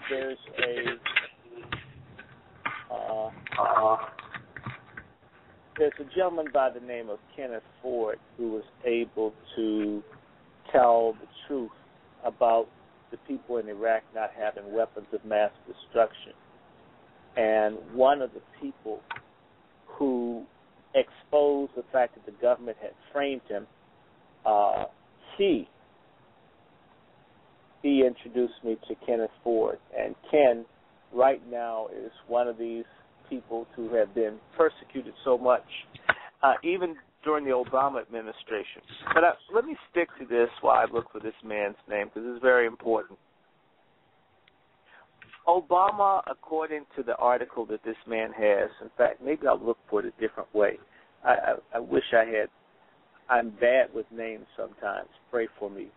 But Obama's mother is alleged to have to have been a CIA asset, as was his grandmother, according to this man's research. And a lot of folks don't want to deal with this. And I think Obama exists. Professor Griff and other people have been saying he exists to justify imperialism. Everywhere you look for Obama, you've got dead people, dead black people. Here it is. I found it. It's in Rents. And now I can tell you the man's name. Then they'll come together. No, that's Frank Black. I don't want Frank Black. I want another name. But if you start to look at Obama, you look at all the countries in Africa being invaded. If you start looking at that, you'll realize that something is really, really, really wrong. You look at everywhere. Haiti, remember the earthquake happened in Haiti? Remember Obama kept the other countries from sending aid in? There were critical hours in which lives could have been saved. Earth-moving equipment could have been brought in. And yet Obama didn't let them in. There's no particular reason, just stopped it. Every time there's something black and it's Obama, he doesn't do anything. And people should notice that when the girl got shot in Chicago, people in the streets begging for him to come. The president that does everything he can. And I want to remind people, you know, I'm not boasting. I'm one of these broke people that went to Harvard. I went the same 3 years as he. I ran across him the first time in '88, and he was giving a speech to the Federalist Society denouncing black people to the applause of white folks. And that was the first time I saw him. I thought to bust up the meeting, but I says, nah, I can't do this. It's just me. But I did want to get the guy's name, and that's the first time I heard his name, because I asked him, who's the mulatto in there? He's got a future ahead of him. He's going to go all the way stabbing us in the back and walking over our back to get there. And sure enough, he's president now, and our people are being stabbed in the back. You can't point to one thing that he's done for anybody black that he's stayed committed to. That includes when he halfway spoke up for that club-footed idiot at Harvard, Skip Gates, who always disrespects black people in his videos. I mean, he even backed off of that. If that were my boy, I wouldn't care what anybody said if I got angry and messed with someone that was tight with me. We'll just be enemies. Period. Also, you know, everyone talks about how he was connected to Bill Ayers and how Bill Ayers is this radical that was in the Weathermen and this, that, and the other. And a lot of people don't know that Bill Ayers' family is super rich. He was the Marxist one, but he has two other brothers. One of his brothers is an education reform advocate. He's the one spearheading the destruction of public schools across the country. He's the one that introduced Obama to what's this guy's name? Arnie Duncan. I mean, you know, everywhere you look for Obama, there was a guy, I think, I'm forgetting his name, is Eli Jones, who was Obama's mentor in the Senate in Illinois. He stabbed in the back. Jeremiah Wright stabbed in the back. If you were watching the State of the Union address, Obama hugged and touched on everybody except for Eric Holder. Name somebody black except for that guy Reggie Love that you see Obama being close to. By the way, remember he had that personal attendant, Reggie Love? My same friend, and I'm trying to think why this man's name will not come to me, and I need it. There's some other things. Have you all heard the story of the man who claimed that he had a gay relationship with Obama? And I'm not out crusading against people's sexuality. I could care less. But I'm familiar with that story. Well, I mean, and it's what you don't know is that guy. Now that name I can remember, Larry Sinclair. Okay. Larry Sinclair. I knew that Biden would be vice president if Obama won, and he'd be his vice presidential choice. And this was the factoid I need to connect as well. When Larry Sinclair in the summer of 2008 gave a speech, and you can find it on YouTube, about him having a sexual and drug relationship with Obama at the National Press Club, he was arrested by the Attorney General of Delaware in Washington, D.C. The Attorney General of Delaware is a man by the name of Beau Biden, whose father is Joe Biden. Beau Biden, by the way, is gay. Okay, it's no secret. If you ever wonder why President Obama had to support all the gay stuff aside from everything else, if his vice president's son is gay and he says he's cool, he's going to look bad. Plus, Obama, he couldn't come out too hard against gay marriage because just a couple of weeks before, Larry Sinclair had prevailed over people who had said that this man had libeled the president in the book he was trying to get published. Every time he got a publisher to talk about Obama and all the stuff Obama was doing, the publishers were threatened by someone they wouldn't publish the book. So they decided to destroy this guy, to give him a big libel case right here in Washington, D.C., and the man won. You know, he won in court against the president, and no press nowhere has published that story. That in a court of law, people couldn't prove he lied about his relationship with Obama. Now, and if you will, I mean, real quick, didn't Larry Sinclair end up dead in kind of some mysterious circumstances? If Larry Sinclair is dead, it's happened within the last few weeks or months. I do know that Larry Sinclair tried to commit suicide, and the Secret Service must have had bugs in his house, and they saved his life. Okay. He tried to kill himself, and they wouldn't let him die because that would bring attention. This boy must have had a great time with Obama because he wanted everybody to know. He wanted everybody to know that he was with Obama.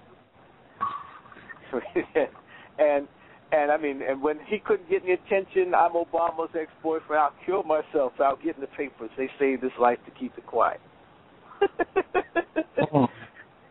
I'm not saying it's true, but I've had a chance to speak to Mr. Sinclair twice myself. You know really? I mean, it's by mistake, you know, he had his phone number listed. I was curious.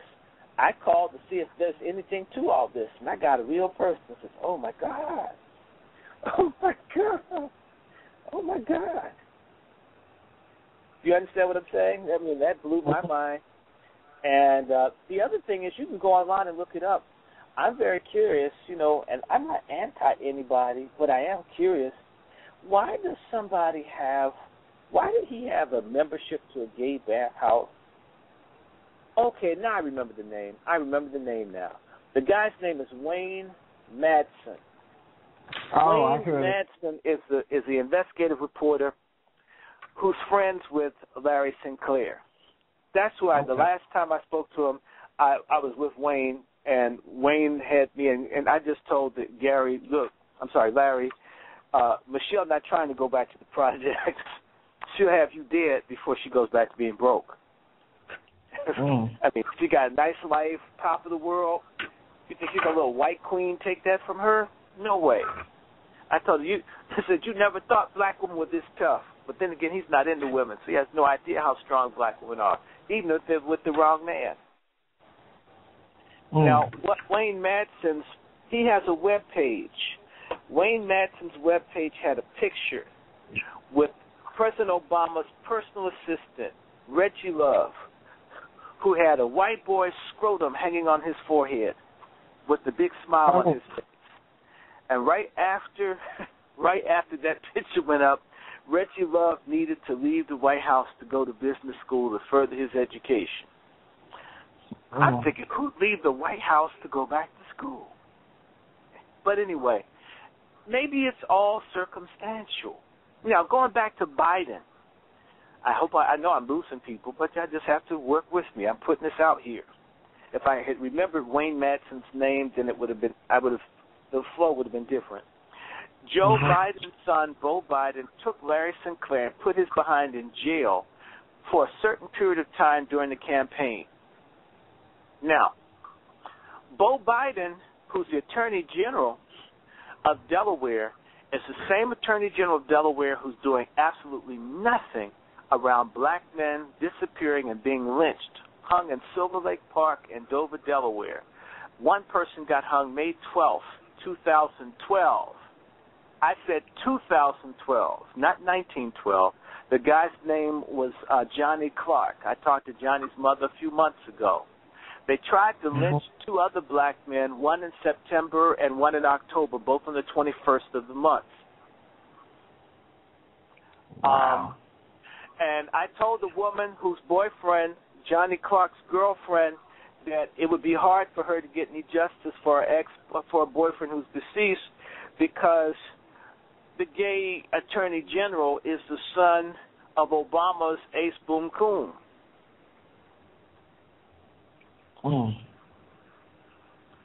And the next time anyone tells you black and gay rights are the same, I haven't heard about any gay folk being hung in a park during daylight hours.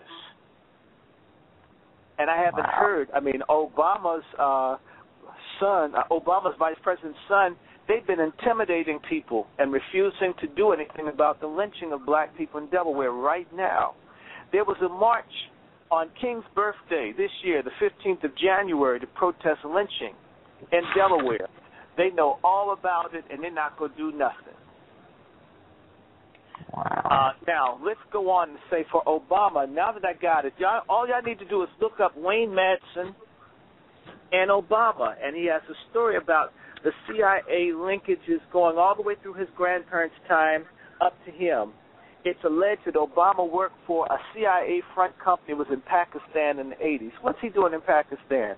And if you wonder why he has so many names on the list of people that he's killing in Pakistan with drones, maybe they know something. Because he's not getting off killing those people. He killed more people than Bush. Now, when a black person become more dangerous than a white person? He's many more times that. Obama is there to rationalize the empire. He's there to justify Babylon, and he's been doing it. They've been stripping sovereignty away from Jamaica. One of the first things Obama did as president was he helped crush a democratically elected government of Honduras that was finally giving black Hondurans their rights.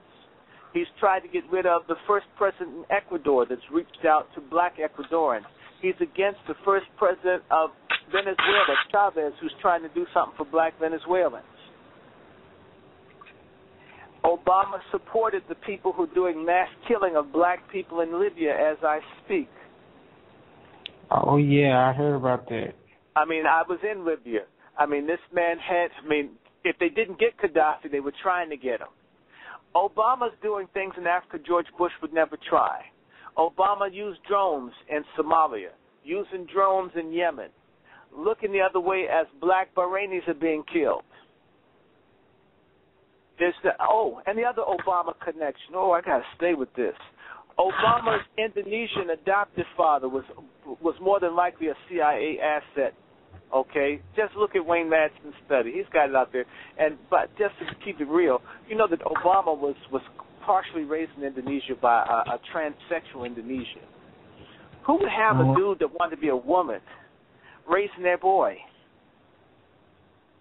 And and I wonder what that transsexual used for a pacifier when Obama was sleeping as a little kid too. Some of these things start early in life, because Larry Sinclair claimed that he's oral. The other question is, why did he and Rahm Emanuel have membership in a gay bath club? I understand you need gay votes. I've worked for political campaigns, and I'm not messing with people's sex per se, but if you got a wife and kids you barely see, remember him and Michelle going to break up, and the same pastor that he stabbed in the back, Jeremiah Wright, saved their marriage because Obama was spending no time with his wife. You spend no time with your wife and children, and you got a membership in a gay bath club? Okay, I'm not making anything out of it, but I am asking. Since he's been president, the police have been killing a black every 24 hours in this country, execution style. And that little jackass, Eric Holder, who's Barbadian, when he was head of justice here in D.C. or whatever he was doing under another gay person, Janet Reno, who looked like Dr. Spock with glasses. Everybody that got charged with crimes here in D.C. that Eric Holder had anything to do with, he gave everybody federal time. for small things, make certain that they did long sentences. Susan Rice, a Jamaican, she's the one that told Clinton what was happening in Rwanda wasn't genocide until they killed 1.5 million people. Then she says, oops. Surround himself with very sociopathic careerists, climbing people with no love for anybody. Just let's be real. Just look at him. Go Google, go to Wikipedia and look up Susan Rice. She admits she got it all wrong with genocide. I'm thinking, if you had killed 100 people and I had the capacity to have soldiers protect them, I would have acted. If they were killing 1,000+ people a day and you wait a couple of months before you get concerned, you knew what they were doing. And by the way, Susan Rice is alleged to have been in a meeting where folks were talking about mass killing of people in Congo, and she winks about it happening, like it's cool with her. Oh. Wow. This is our United Nations representative, our United Nations ambassador. So when Bush couldn't get one country in Africa to accept it being a base for AFRICOM, they bring in a black dude who has no love for black people. And now we have the invasion in Africa. Oh, yes, Wow. And I just want to show you this stuff is connected. If you got friends in Africa, my friend, a member of parliament, did something stupid, tried to support a coup. His name is Dr. Umar Mariko. An armed group took him, kidnapped him a few days ago. I hope that the White House or the French, whatever they got, they're not behind him being kidnapped. I hope they don't kill him. He's kind of arrogant, but he's a good brother. He means well. Mm-hmm. You know, you have to understand, all that killing with drones and the kill list, they're going to be killing all the patriots of Africa to bring them under submission to the corporations that understand that most of America's oil and minerals will come from Africa. They need to kill off all the African nationalists. And who better to kill them than a black man? Because it's not racism anymore. It's like when the police see a black man touching a white man, they're going to stop. If they see two blacks fighting, they'll say, oh, that's just two niggas fighting. I'll ride on. Now, call the coroner after they're done. But we're not going to intervene on two blacks fighting each other. Right? Wow. And then let's get into Israel. Obama is of Jewish descent. He knows it. They know it, too. All you need to go back to Google. One of the Jewish papers, when Obama won, they said America has its first Jewish president. White Jews never call you Jew unless they want you or they claim you or you won. Wow. He was our first Jewish president, more openly so, though we've had others. Roosevelt was one. Okay, and real quick, Dr. Randy, I want to bring in my elder, Elder Gabar, who's actually from New York, because I believe he has something he can add with this. Elder Gabar, are you there? Shalom, brothers. Can you guys hear me? Yes, shalom, bro. You coming in clear. Okay. Dr. Short, I am extremely excited, and I'm standing the edge of my seat just listening to the show, and everything that you're saying is clearly, we all agree, and for the listeners of the show and the members of the church, do agree of all the wickedness that's going on in the world and has been going on for a very long time. And when just hearing all of it, it almost gives you a feeling of despair. Mm. And my question, I guess, to you would be, solution. What is your and like I said, it doesn't have to be one answer. It could be multiple answers. It could be multiple ideas. We're gonna, I would like to share what we are doing in this church in regards of solution. But where do you think we could begin and to undo all the evil that has existed since the beginning of time, I guess, to some degree. Solution. What do you think we should do with this? Given all this information as a people. There are lots of solutions.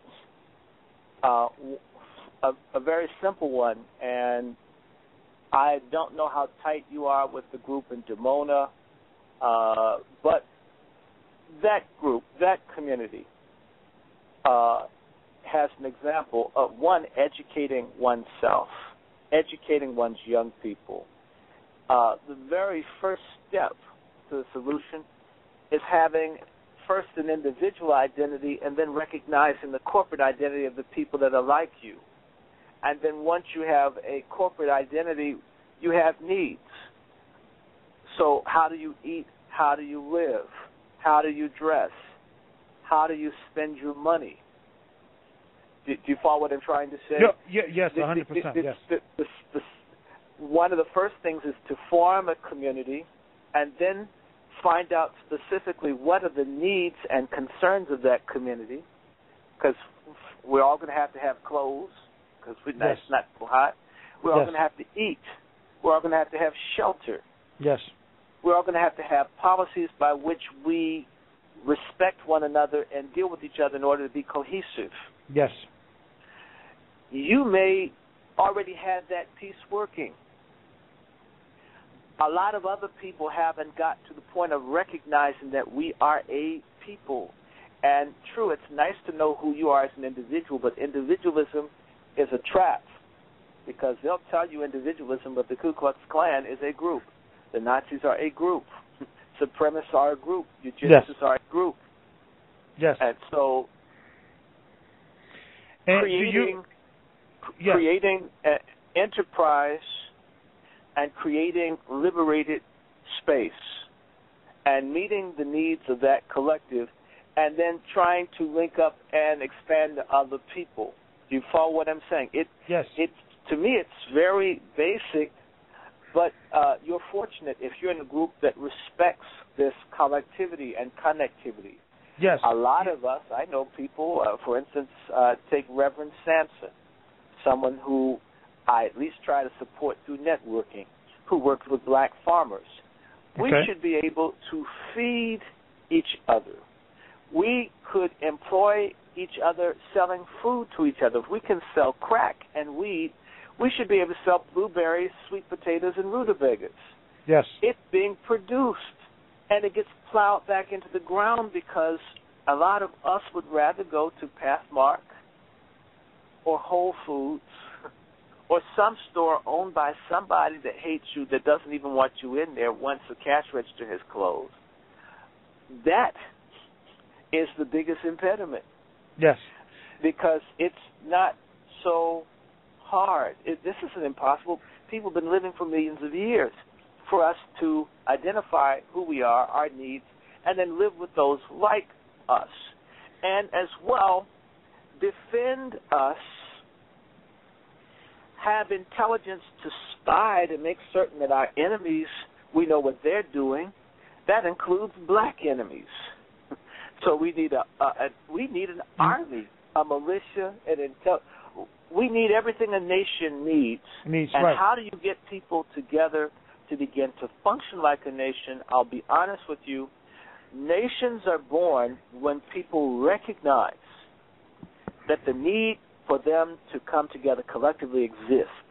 Yes. So the solutions,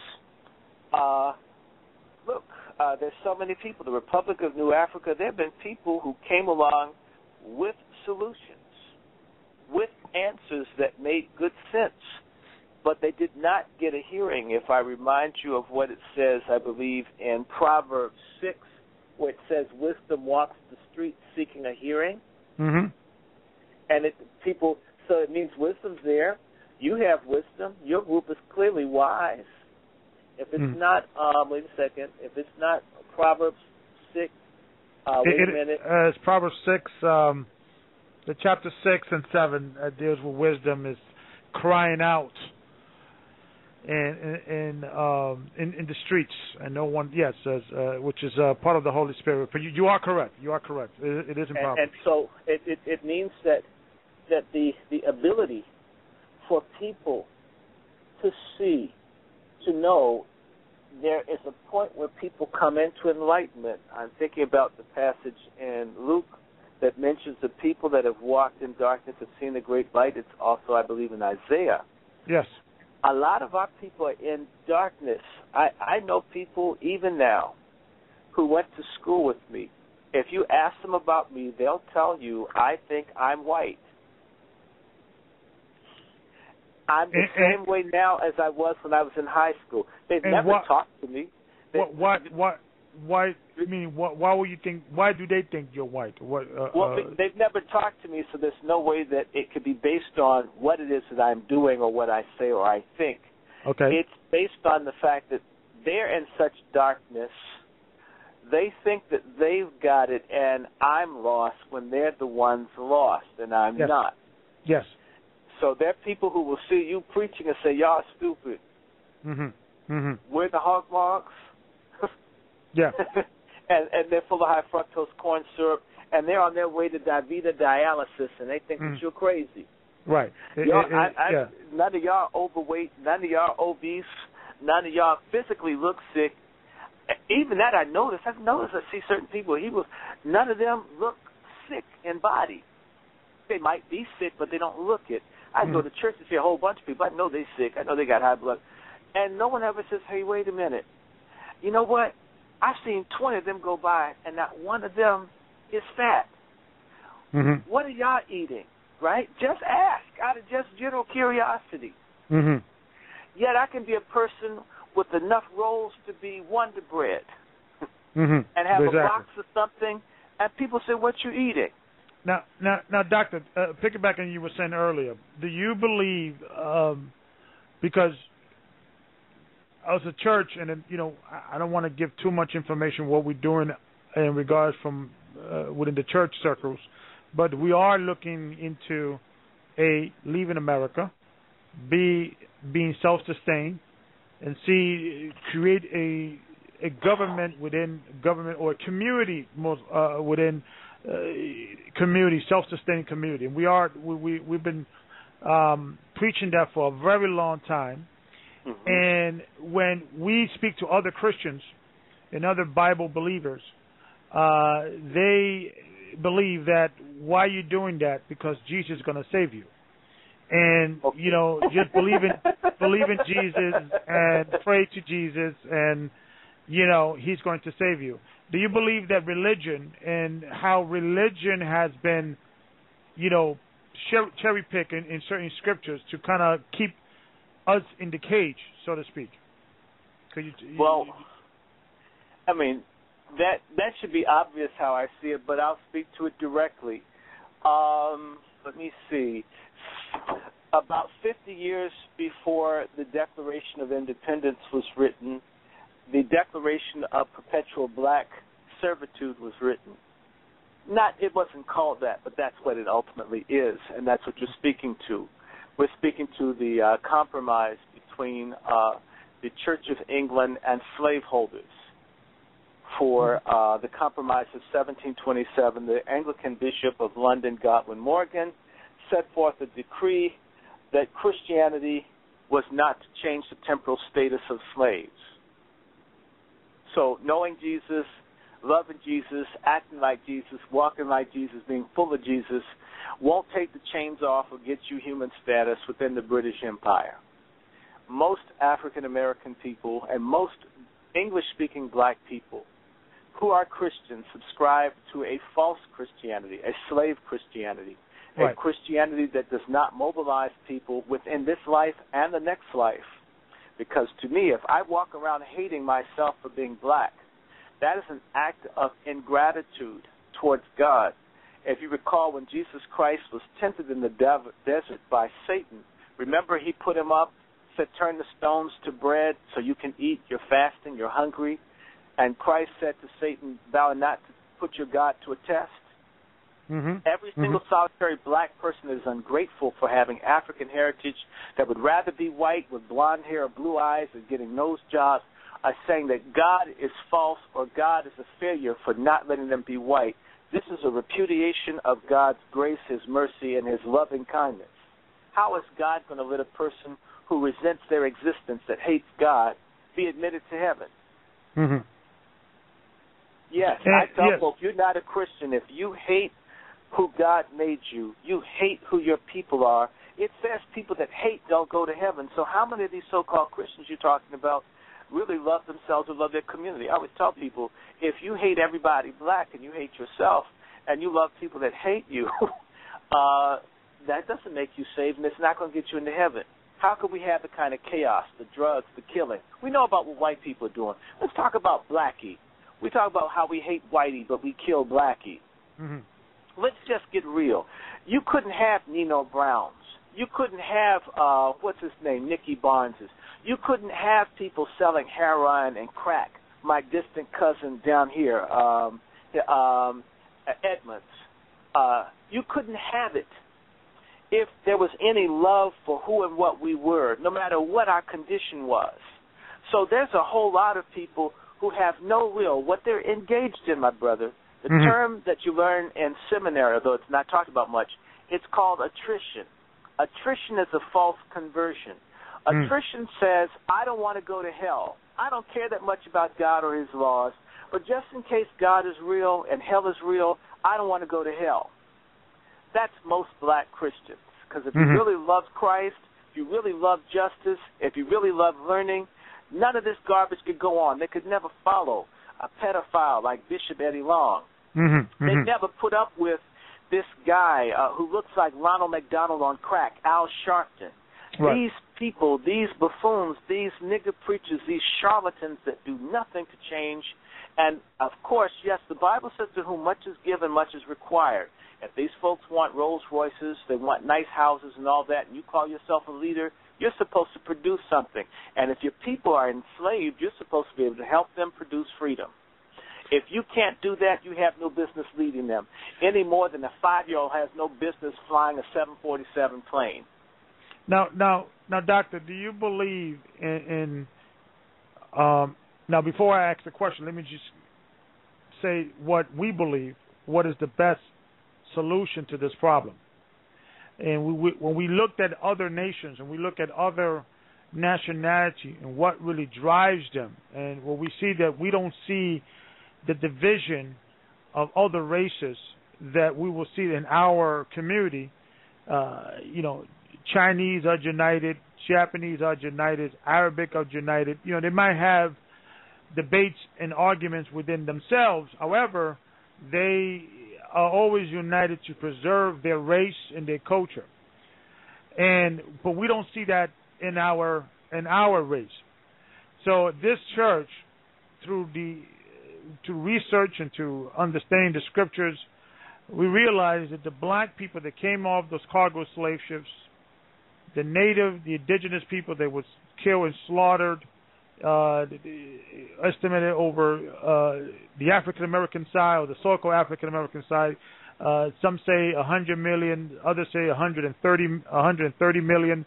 The Native Americans, some say 77 million, others say 80 million. But clearly, the most horrific crime they ever recorded in history, that we could literally record of death, tragedy, mayhem, literally genocides of people's culture.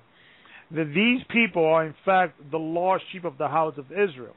And we believe that this is the best method to start a foundation. And this is not something that we believe because we are wishful thinking, that we actually say, I think it's a good thing to promote that the Native Americans and the indigenous people and the so-called African Americans, and the reason why I say so-called, because I believe these are the real tribes of Israel, we actually believe this because there is sufficient evidence to prove or to bring an argument biblically and historically to prove that we are the Hebrews, much more than any other group that I have seen, much more than the so-called Jews over there in Israel. These guys, like you mentioned about the conversion, these guys did not look like the ancient Hebrew Israelites written in the Bible, and also in secular history. When you look at the Babylonians, the Egyptians, and the Assyrians, they painted, they drew drawings of the ancient Hebrews, leading them to captivity, and they were all black, wide noses, big lips, even cornrows. I mean, we those pictures exist today. They're not a mystery how the ancient Israelites look like. They look like us, like the average Negro in the ghettos today. So the question, we don't believe that this is like, let's just promote this because I think it's a good moral standard. We actually believe we're the Hebrews. Do you believe that holding on to a nation or a belief that we have the same roots is important? Because I believe when you line up 10 black people in a room, one guy is a Republican, the other guy is a Democrat, the other guy is a Egyptologist, the other guy is a Muslim, one guy is a Christian, and basically we could never get along because of these division, different religion, different culture. And that's the reason why we have to stop all that and go back to the root. And the best root, the best logical evidence or what is available is that we're the Hebrews, according to the Bible. This is the reason why we went for 400 years of slavery. It's written in the Bible. The Jew, you will go into slaves, you will go into captivity with ships. That's in Deuteronomy 28:68. You will be taken over. You will be hated. You will be the tail, not the head. This makes sense. So, what I'm saying is that logically, what do you think is the best approach of foundation? Okay, because we start a community. You and I and some friends and different people will come together, different black people. Okay, what is going to be the law of the land? Is it going to be the Muslim law, the Christian law, the Jewish, the Hebrew law? What, so I agree with you. We should be self-sustained, but eventually there has to be some form of, like you mentioned, unity in a group that believes the same thing and has the same mission. So what's your thoughts on that? My thoughts on it are this. I said it earlier in the show, but I don't know if you heard it. And I said, either if people take it seriously for what Jesus said, if you just skip the whole Old Testament, not that I'm saying skip it, if you take it for what it's worth, you become New Israel. So if it's not one way, if it's not genetic or biological, theologically you become the new Hebrews if you're truly following the teachings of Christ. I agree with you. I agree with you. No, okay, I agree with you. I agree with you. Therefore, even if I'm not taking the same approach you have, I'm going to end up going more or less the same direction. Now, where there'll be divergences, kosher laws and things like that, the legalism, that will be a problem. But halal, there are plenty of things. When you talk about all these divisions, a lot of these divisions that I see among colored people have a lot more to do with the fact that there isn't really the kind of community that should exist with order and some rules. So the reason the person's into Egyptology and this one's into that and that one's in the other, these are all ways to self-identify to, how can I say, lessen the pain of being who they are. For instance, I know people that really are full of black self-hatred, but they talk all this Egyptian stuff. It's amazing to me. Mm-hmm. They talk it. But they don't have any particular love for the community. And if you're talking about what people did 5,000, 6,000 years ago, and yet you can't do anything today, mm-hmm. You want to scream about pyramids, and yet you can't put together some inexpensive housing today, mm-hmm. then it's just another group of people hustling. Yeah. So you got Christian hustlers, Muslim hustlers, 5% of hustlers. You got all these different people hustling. The misery of the people instead of people looking at hope. If your particular community is able to present a model that makes sense, the people that are seeking, the scriptures say, he that hungers and thirsts for righteousness will be filled. They'll find you. They'll find you. And you know what? In my mind, I don't want everybody. And you shouldn't want them all, because those folks will bring the same garbage into your community. Yes. They'll see you doing the right thing and will work against it for the hell of it. Yes. It's the same way I'll just say to you, I know all about the refrigerators in Dimona. Right. No, I know about the freezer in Dimona. Yeah. And frankly, we need some freezers all over this country to take people and whip them up when they don't know how to act. Right. No, it would produce some behavior modification over here. No, I'm with you. I'm with you. But what I was trying to also, not culturally, from the perspective of a nationalistic perspective, and we could discuss that. But this is the reason why I love the Torah. And when you go, if you give me, from all the ancient books, the best book to start a society, give me the Torah. Give me the Torah. Give me the four Gospels of Christ. I'm good. Okay? Because it has basic stuff. The whole concept of Christ, love of your neighbor, that is all good. But I think I view Christ as college, mastering degree. I think the Torah is basic stuff. If you steal, there's a law in the Torah. If you steal from someone, you have to return the same equal value to that person. That's basic stuff that you can, that's a law. That's a law that you can make a law of the land or the law of the village, and you could set up what you would call judges or elders of the village, and they will look at these lawbreakers and see, okay, what the law says. Now, the end result will be Christ that, we should not want to do that, but I think the reason why the Torah is so valuable, because it teaches you is really, and when you look at what the Most High was trying to do to the children of Israel, He was not only giving them right laws from right and wrong, which He was giving them the Constitution, how to start a government, a community. So people always knock the law and things of that nature, but it is really the groundwork in how to start a village. Now, you're right. I wasn't knocking the law per se. There are things like if you had on woolen underwear. There's some hair splitting things in Leviticus. Like, give me an example. Talking about if you can't wear woolen underwear and things like that. I'm going to explain that. I'm not going to fight over what kind of draws people have. But check this out. Hold on. Hey, Elder Gabar. Yes. Elder Gabar, Dr. Short. I need to cut in right quick. I just need to make a couple of announcements.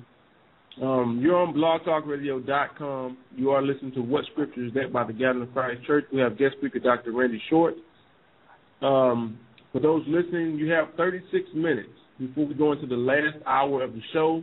The last hour is will not be live internet feed, so if you have not called in within these 35 minutes, you will not be able to catch the rest of the show live.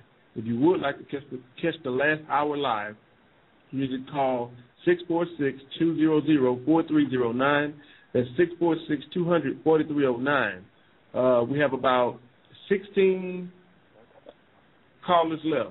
And after the next 16 callers will be the last people in the queue because the queue is almost full, which is excellent with the capacity. But also, Elder Gabar, I would like to bring in Brother Gadja. Patiently waiting. Yeah, Brother Gadja. He's been waiting. So let me bring him in. But before I do, let me just finish my thought in regards to Doctor. You mentioned about the certain things that are. And let me just try to, because there are certain things like if you wear clothes with diverse seed, it was considered a sin, or certain things like beer, you got to make sure you grow your beer and things of that nature. Or the dietary laws, for instance, what's the big deal eating a pork or shrimp and things of that nature? But what we are finding is, and because I'm a researcher and I love to, I like to figure out the logical reasons for a reason, for something. So when I looked at the question of why God does not want us to wear a shirt, for instance, mixed with cotton and polyester, or 10% this and 10% that, what we're finding scientifically that if you wear clothes that are of diverse seed, there is something within that formula that do not allow your pores to breathe. And even you mentioned the people in Dimona in Israel. They have a video discussing the health benefits, of wearing 100% of whatever clothes you're wearing, either 100% cotton, 100% linen, 100% whatever it is, because your skin is like similar to a snake skin, that it shreds. Around the summer, you start shredding the sun. You kind of, letting go your old skin and things of that nature. But if you wear certain clothes, it actually stops that process from happening. And they have found scientifically, not only the people in Dimona, but also the Igbo tribe and other tribes in Africa, they have found that wearing 100% of whatever clothes you're wearing is healthier for you. We have found that, for instance, eating the pork, the shrimp, pig is the most it has a 4-hour digestive system. It could eat poison and live. And we don't have to convince, it doesn't have to be a religious experience to say, you know what, maybe pork, and especially as us African Americans and Latinos, probably pork is not the best food for us. You got shrimps and lobster. You won't have a fight with me. On the pork, it's not something that I have to live with. So I know there are plenty of people where you're going to find an issue, and I'm going to keep using that term, legalism. Mm-hmm. And so my friend. Yeah, no, I'm with you with the legalism. That legalism, because I know people who swear up and down and they hate pork, and yet they have white steak smuggled into Israel. My grandfather worked for a Jewish man for about 50 years. Yeah. So I understand the thing about, they even grow pigs in Egypt now. So that when people it's important to have rules and laws. What oftentimes, in fact, when you talk about Jesus in the 4 Gospels, Jesus talks about legalism. There's a comment where he says you strain a gnat and you swallow a camel, where one can nitpick so hard on something that might matter but isn't so great. Now, pork is not good for you. I don't eat a lot of it. I rarely have it. I don't necessarily care for it. And one reason I don't care for it is, one, it's not good for you, so why have it? But for the person that's going to have some bacon, and I know people who would probably hate their guts for them eating, I'm not saying y'all like that, but I know they're so caught up on bacon. I know someone right now that's a Muslim. They fornicate, they drink, they drug, they don't pay child, but they don't eat pork.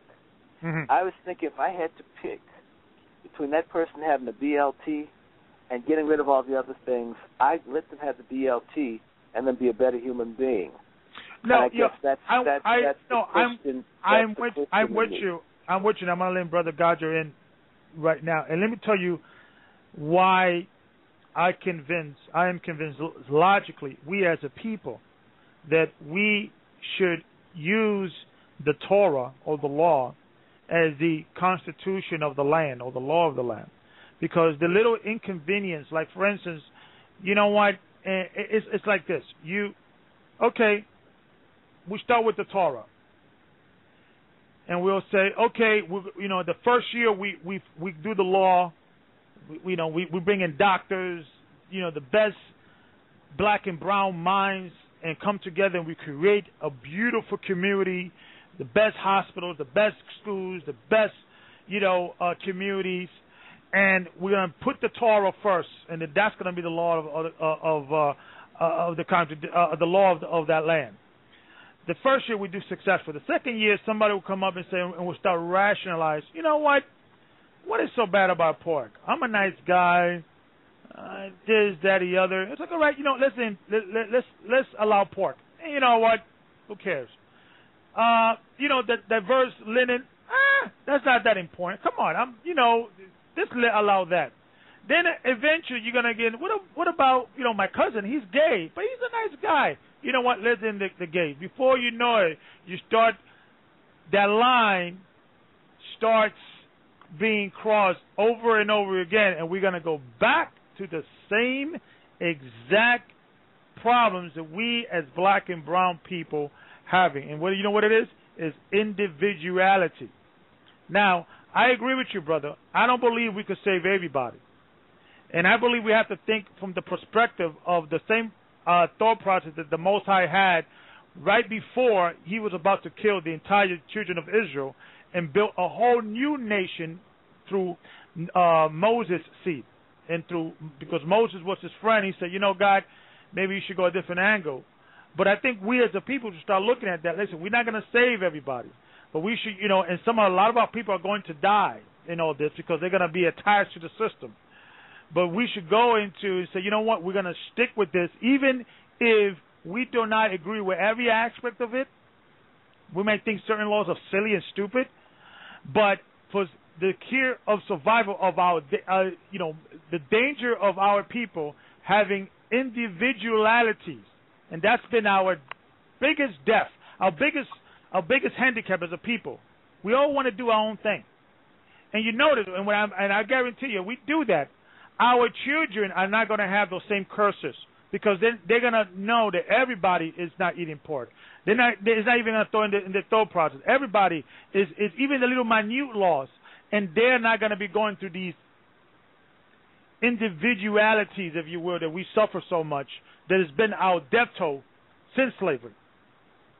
So, I just wanted to just think about that. I mean, people argue about, and I believe the Torah, which I believe is the book of our ancestors, is the answer. I believe is the beginning.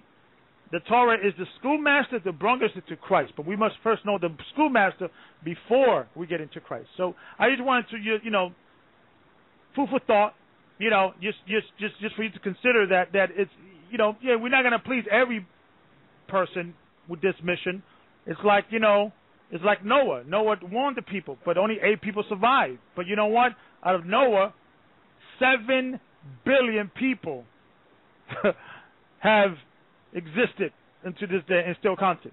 So you could do a lot with a little. So I just wanted to say that in regards of that. So I know Brother Gadja wanted to come in. Brother Rai, I guess you can let him bring. I see him in the studio here. Yeah, we're gonna bring in Brother Gadja. He's been patiently waiting. Brother Gadja's coming in from the UK, but he's actually from Jamaica. Brother Gadja, you there? Yes, brothers. Blessings to everyone listening. Elders, brothers, sisters from all over the world. Dr. Randy Shorts, how you doing? Oh, I'm blessed. Nice, man. I've been sat here listening for the last, since the beginning really. I'm falling off the edge of my chair, man. I've been wanting to come in for a long time. Couple of things that was said at the top of the show that kind of caught my interest, and I wanted to ask you, and I think Elder Gabar kind of asked a couple of the questions I was going to ask, but one of the things I wanted to bring up, right, is when you talk about Genesis the 10th chapter, okay? Now, I know you gathered as much right now that we are a Bible-based group, okay? Now, I listened to one of your speeches when you were talking about the Khazarian converts into Judaism and who the real children of Israel are, being the so-called Negroes or the Africans who migrated into Africa at the time of Rome, trying to escape Roman persecution. All right. Now I'm holding in my hand a Zondervan Bible Dictionary. All right. And this information has been out for a long time. You understand me? I didn't write the book. This book was published, I think, in the 1970s originally. You understand me? And to make you know, that was a long time before I was even born. The English version of the Bible, translation of the Bible, the 1611, has been there from 1611. A long time, longer than any one of us here been on the earth. And all of this information has been there. Okay. Now, check this. I'm gonna read this. It says in the Bible dictionary, Ham. It says, Ham, the youngest son of Noah, probably born about 96 years before the flood, and one of 8 persons to live through the flood. He became the progenitor of the dark races, not the Negroes, but the Egyptians, the Ethiopians, Libyans, and Canaanites. So what I'm saying is that for a long time in these churches, these Mickey Mouse pastors have been teaching us that we are children of Ham, which is incorrect. We are 100% not from the lineage of Ham. We are actually Shemites. Okay? Now, I'm saying that with all this information out there, right? Knowing that we are the children of Israel, right? Knowing all of this, all these scholars, the ones, doctors, why haven't they, one, connected the dots with this information as you have? And second, why is it that the ones who have connected the dots don't see the significance or the importance of what it means to be the children of Israel, not just physically in the earth, but spiritually, understanding that the curses which are written of in the Bible, as you said earlier, when you look around you, the only people catching hell in the earth is us. So the Bible also clearly states the reason why we're catching this hell, the reason why we're in this condition, why people who have seen, who have come to this knowledge about the Negroes, why haven't they said, okay, listen, how about you going back to that power, that God that gave you all of that power in the Old Testament, that gave you all of that understanding, that wisdom in the Old Testament? Why don't you think they push this understanding instead of like you said before, we're dealing with a lot of individualism, we're dealing with a lot of my own empowerment. Why do you believe this is so? From your understanding. You just answered it. It's there are two things. If we can, I'll answer it the way Jesus did. He said, "My people honor me with their lip services, but their hearts are far, following the traditions of man versus the precepts of God." And what Jesus was speaking to, very simply, was that people had rejected the teachings of Moses and in the Torah, and had come up with this other stuff that's now in the Talmud. Okay, hold up. Let's finish. No, you asked an answer. Let me finish. No. Because I heard you say this earlier and before. No, I understand this, right?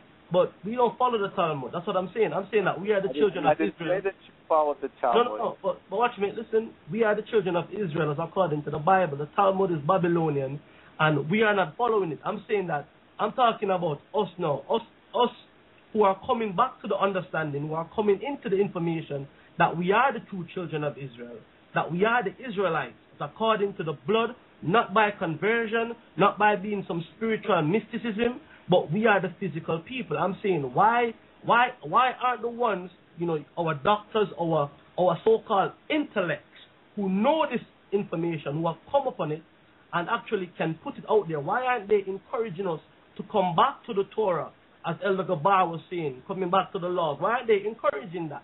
That is where I was getting at, knowing that without, we can prove throughout history, without history and biblically, overall things, that we are the people. You understand me? No, this is where I'm getting at. Why aren't more people such as yourself, who know the history of the Khazarians, who understand the conversion, who know the hypocrisy of who they are? Revelations 2:9, for I know the blasphemy of them who say they are Jews and are not, but are the synagogue of Satan. Why isn't this information being pushed out there more? Like, for example, if one comes to the knowledge that we are the children of Israel, why is one gonna push Egyptology or some other secular understanding that makes no sense, that doesn't have anything to do with us?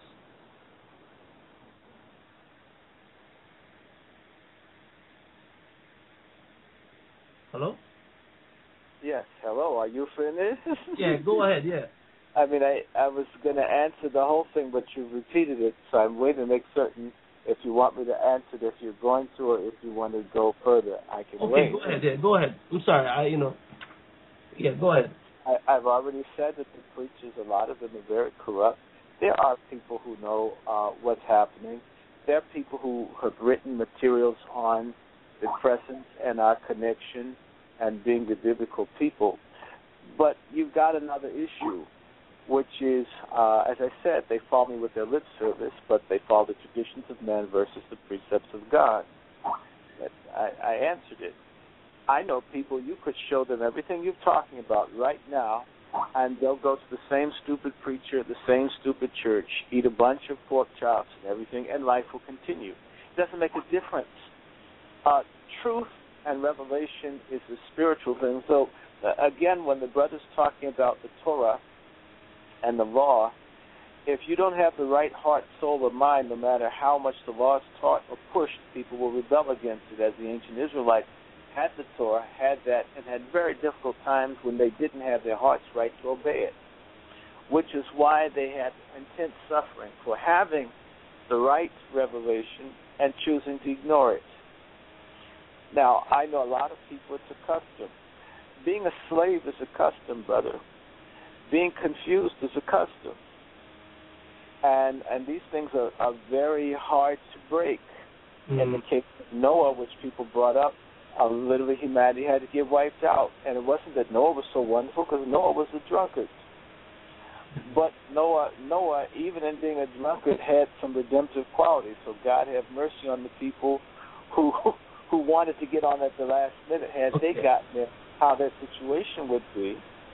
I can tell you that divinity schools that teach this, there are pastors that teach it, but I also know when people tell you, I know this from having gone to divinity school, people warn, do not try to push that too hard.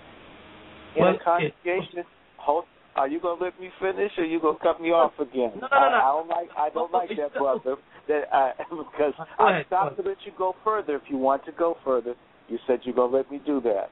All right, go ahead. It's very simple. You can't force belief on people. You can't make people who are indoctrinated one way do something differently. And if people have been able to poison people's minds for 500 years, it's going to take a very powerful movement and a set of forces to get people to change. But I think right about now, things are so bad, and maybe for God's purposes, for people to start rethinking it. The same way I know just a personal experience with the Talmud. I used to wonder, my God, when I was in divinity school, I was told I didn't know anything about Judaism. I says, but I grew up reading the Torah. We read the Ten Commandments. How come I don't know anything about Jews? This is what I was learning from Jews in divinity school. You don't know anything about Jews. I mean, it's not the Old Testament. I was told by these Orthodox Reform. No. I said, well, what do you guys believe? It's not that. Do you follow what I'm saying? There are a whole lot of people out here. When you hear this term, it's the most dangerous term in this country.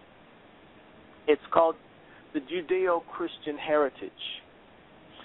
Because what happens when someone tries to find out what this means, Judeo-Christian, if they go to the Khazars or the other people, they're going to be told, forget about the Torah. Forget about the Tanakh. And simply, we'll tell you what Judaism is.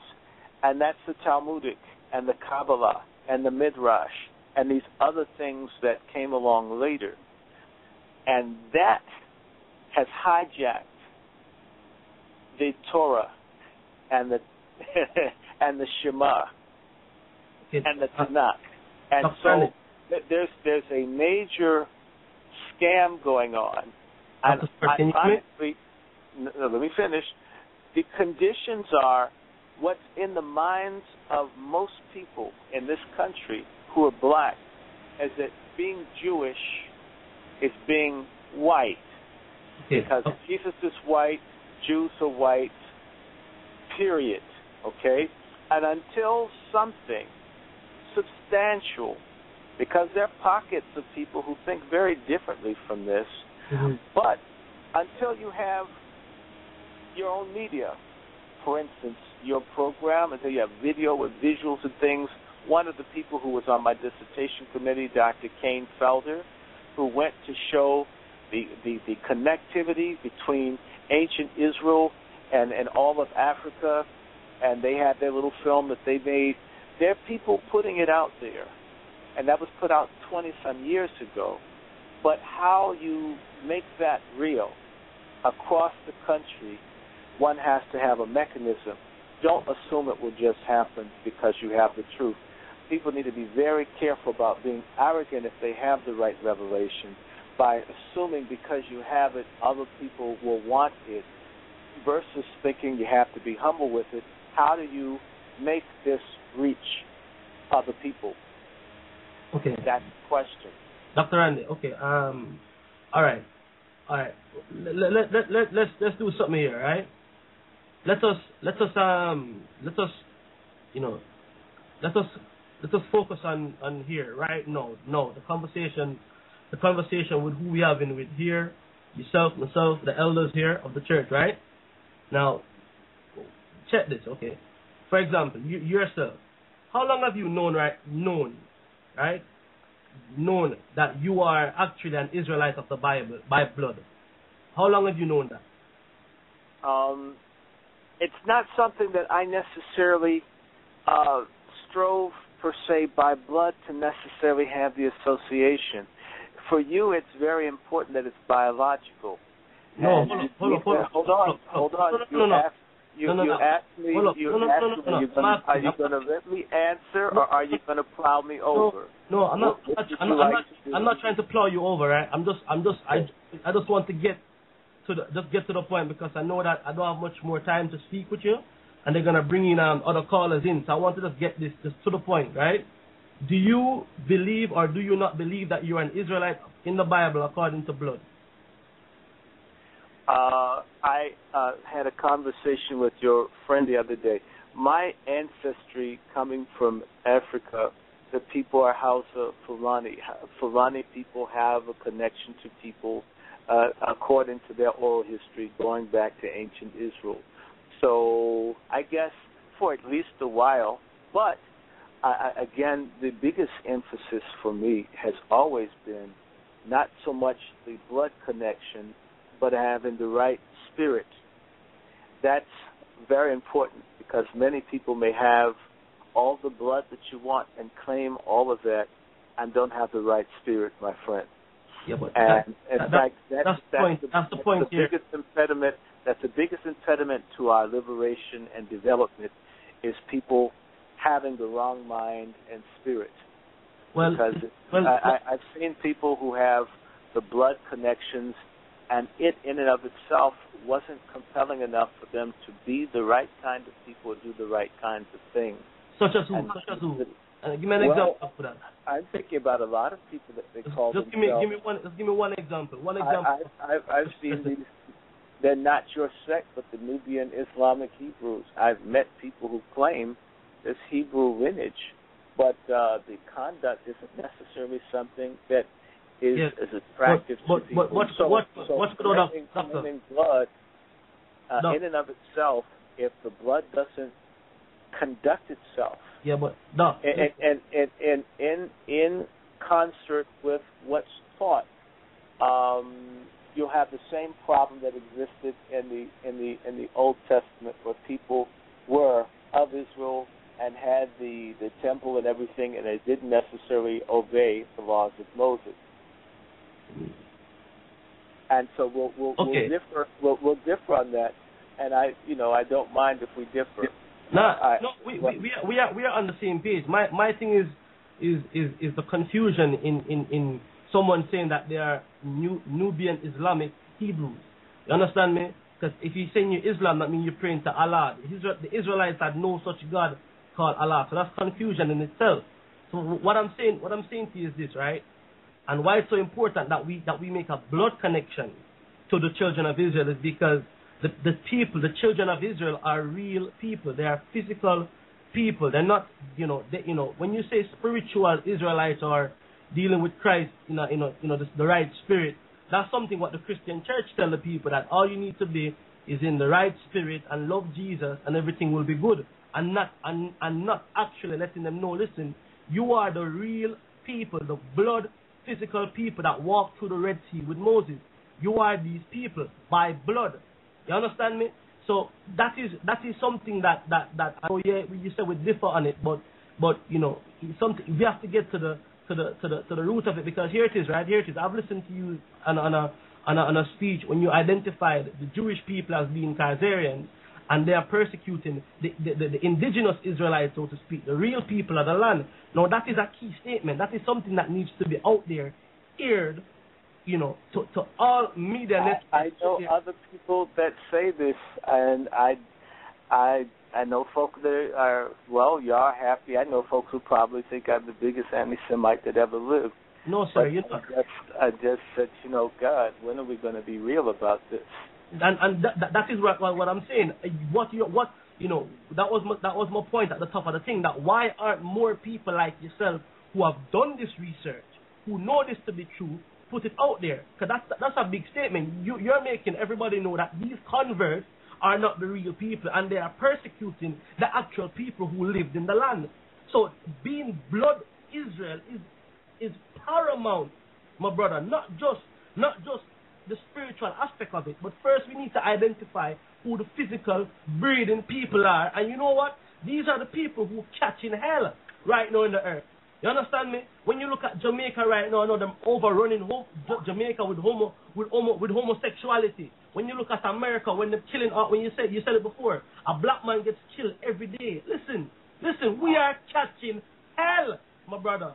Because of this, we don't identify who the physical people are. Now I'm saying that, yo, this is something that needs to be heard. It needs to go out there, and people need to hear this. We can't pussyfoot around this anymore, pardon the French, and act as if everything is all good. No, this needs to be known. You understand me? Our people had laws, statutes, and commandments. The reason why we're catching hell to this day is because we broke those laws, statutes, and commandments. And it don't matter how educated we become. It don't matter how much so-called wealth we try to acquire in this earth, my brother. If we don't come back to this power, come back to this understanding of the Torah, that we are the people of the book, brother, we're going to catch hell till hell freezes over.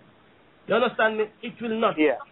And our problem is not just a physical one, my brother, when you go into the spiritual aspect of being who we are. And that's why we're suffering so much.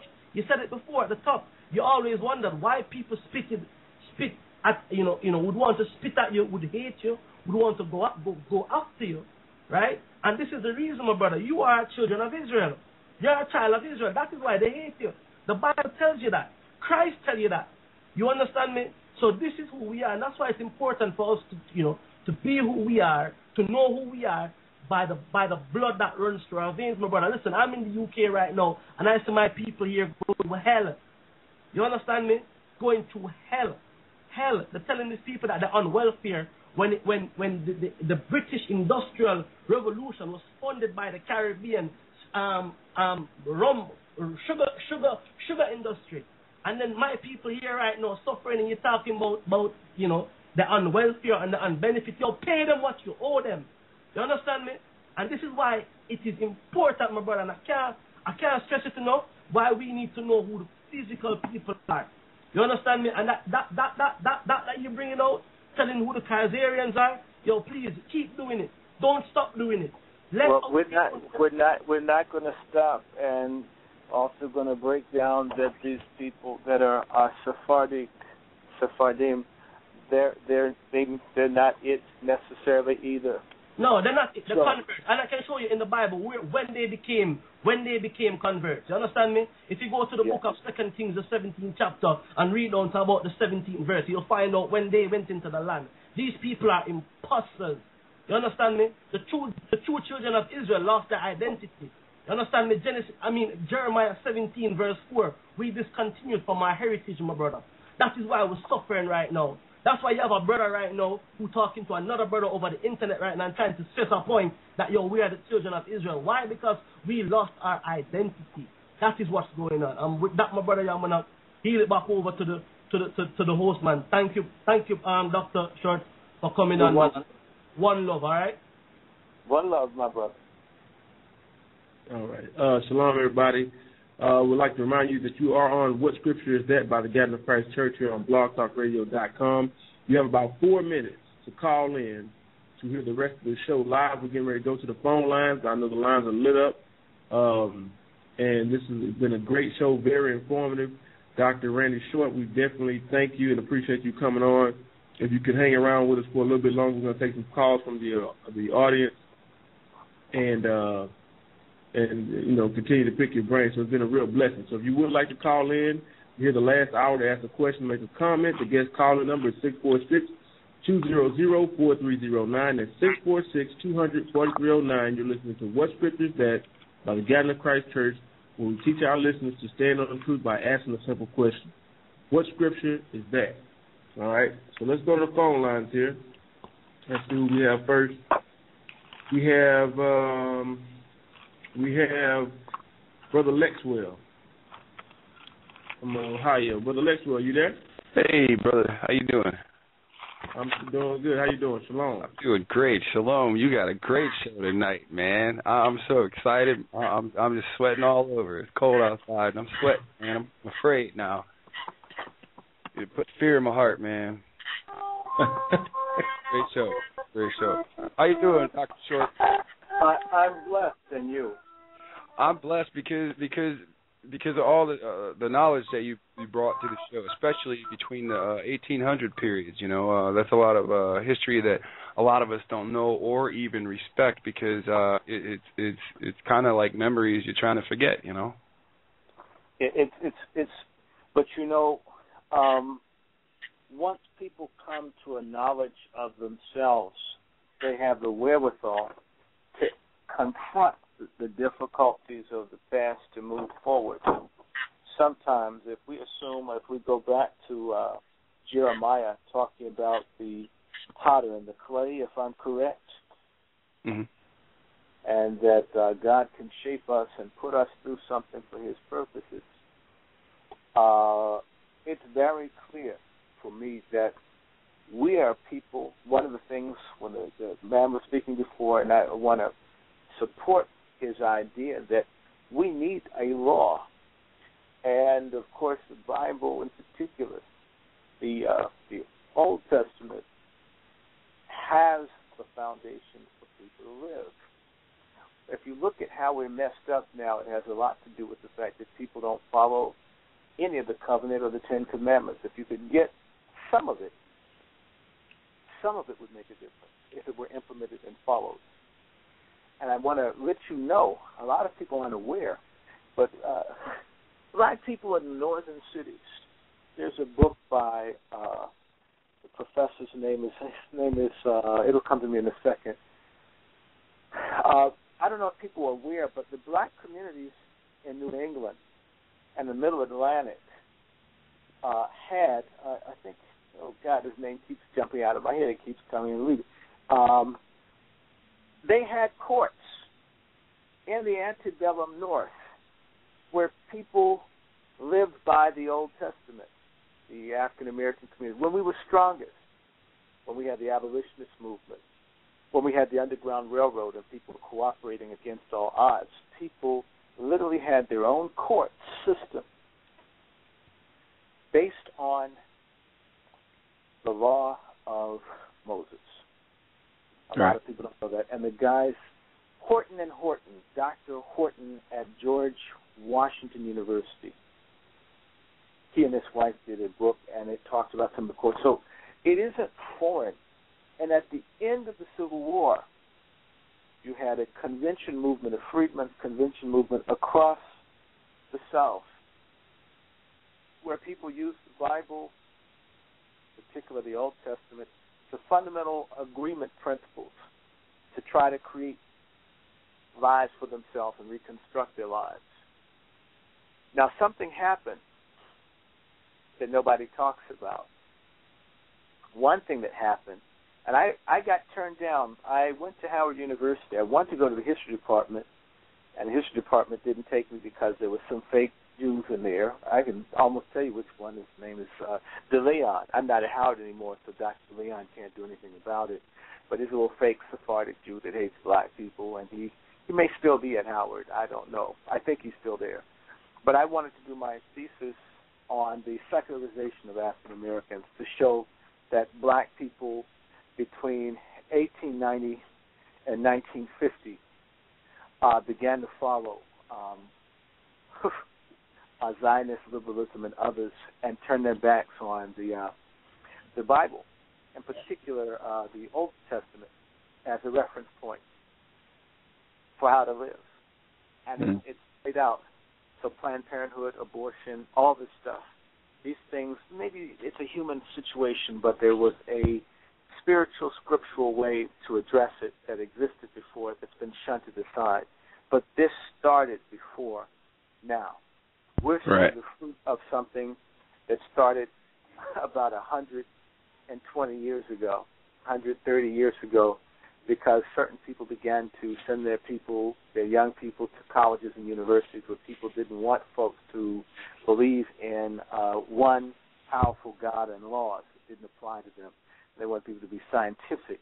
And once you get away from recognizing God as the ultimate authority on everything, you get into trouble. Yeah, I understand. Most of the knowledge that you gained, is this something that you got from the community that you lived in, or is this what you learned when you left that and went to college? I can't say that it's necessarily all one or the other. I would think that if you're interested in learning, you learn wherever you are, and everything comes together. So some things you learn in your community, but then again, I'll say to you, there isn't much of a black community anymore in many places. If you travel over, it's been vanishing over the course of my life. You'll go one place and everything's gone. But there's some people, some individuals, some collectives. This information circulates, but a lot of it just comes from your own curiosity. Well, this is by design. It's something that you brought up briefly earlier. What some people call, or what most of the children that went to public schools learned as the Seminole Wars. A few other people know it as the Gullah Wars. Understand that the whole idea of colonialism, if the root of it is or seems to be here in the United States, then you can't have headquarters go get taken over by the slaves. So the best design and conquer technique is to divide up the family, and as you see, that's a route that's already been taken, with the war on drugs. Mm-hmm. Well, before the war on drugs, let's go further back. I like that. If we go further back, other places that they attack the family, the federal housing laws, when they put up public housing, and you demand, we'll give you housing, we'll knock down the slums, but the men can't come with you. Okay? Right. Aid to dependent family. I will not help you if you're hungry if you have a man. Right. Affirmative action. We're going to give you a 2-to-1 preference, so we're willing to hire women, but we won't hire men. Right. I think you keep looking there. They've been ramping up this thing for a long time. There are other things that they did. They created the National Association for the Advancement of Colored People. The National Association for the Advancement of Colored People, I call it the National Association for the Abortion of Colored People, is one of the most dangerous organizations we have in the country. The NAACP, I must say this, the NAACP was opposed to creating a movement to empower black working men. The majority of black men that aren't going to go to college, that could be pipe fitting or doing basic things, they didn't get the support that black professional men got and educated men got. That's the majority of our men being abandoned by so-called organizations that are for black people. In particular, I think about the life of Dr. Martin Luther King. He died protesting for trash men, for sanitation workers, because he believed in the dignity of labor, which is what men must do to support their families. We have an entire corrupted elite strata that serves the Khazars. Yes, they do. They tell them what they can and cannot do for us. And at the same time, if you get a 501c3, which a lot of these little crooked nigger preachers have that won't tell the truth about who or what we are or what our origins are or what we're connected to, if they get a 501c3 and they're looking for a grant, they're going to the Khazars for money. So they're paid not to talk about these things. Do you follow what I'm trying to say? Yes, sir. So there's always this thing going on that there's someone somewhere else tampering with who and what we are. And the last thing I'm going to mention is Alfred Kinsey and the so-called sexual revolution, which was funded by people who wanted to destroy the family. You have a study about sexuality written by a man who used to put a noose around his scrotum and yoke himself. He died partially of complications from damage he did to his own scrotum. And he's the person that dictates what we should teach our young people in school? Right. Well, that goes back to Texas, because this is the commission that builds the textbooks, and this is the separation of the white and the black. This is why you have trades taught in Caucasian suburb schools, and in the city schools. They won't teach any trades. They don't want men to be able to live sufficient to be able to feed their families. Exactly. So if the men have nothing to offer a woman except for their semen, then what a man is a degraded, debased person. If he decides to steal, he goes into a prison. If you put men with men for a long period of time, someone's going to have sex with someone. Right. They understand all this.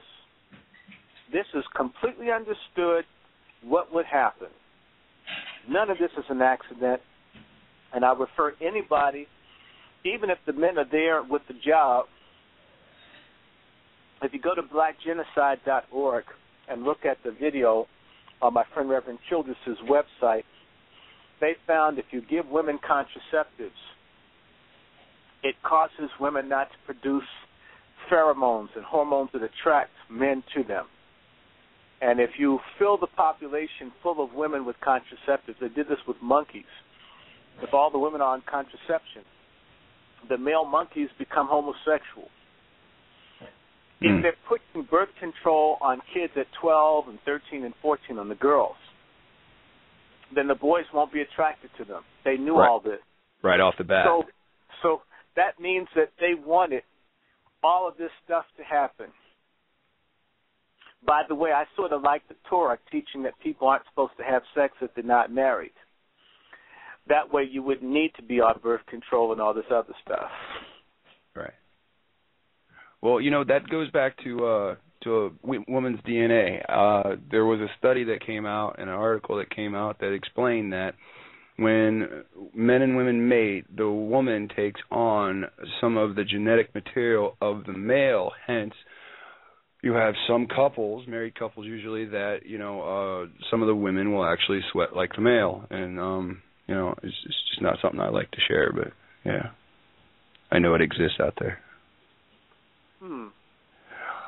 One final question. I wanted to know if you knew about the Dum Diversus 1452, and if you do know about it, do you have any comments on it? I didn't get what happened before 1452. It's a bull papacy from the Pope. You mean the Tordesillas, where they divided the world between Spain and Portugal?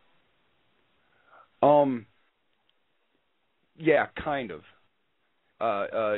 It was more like a business contract between the King of Spain and the King of Portugal. They ultimately divided the world. They gave Africa to to Portugal and the Americas to Spain, or something. They gave it, whatever was east, west went to Spain, and what was east went to Portugal.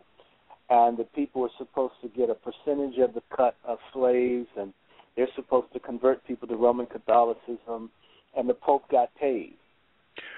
Yeah, well, the Pope, acting as a king, they went to him for permission, and what he did was he gave permission for anybody that did not live a Hellenistic life, meaning serving their Hellenistic pantheon, their gods, to put them into perpetual slavery. So this automatically means the Hebrew Israelites, who are the enemies of the Greeks, are first on the line to go into slavery. And this is what starts the African slave trade 50 years later. Mm-hmm. I'm familiar with the Tordesillas and the asiento that the Pope gave, which is the monopoly to trade in slaves. Right. Mm-hmm. Yeah. Well, and it ultimately went to England, but a lot of people, the way that the other churches, in particular the Church of England, the Anglican Church I was mentioning, the agreement that they made in 1727 is that being Christian would not spare people from being enslaved, and they were to expect no decent treatment or equitable treatment of human beings and their temporal lives. And this is the Christianity that many of our people accept unwittingly. This is what we call Christianity, this apostasy. That is deep, brother.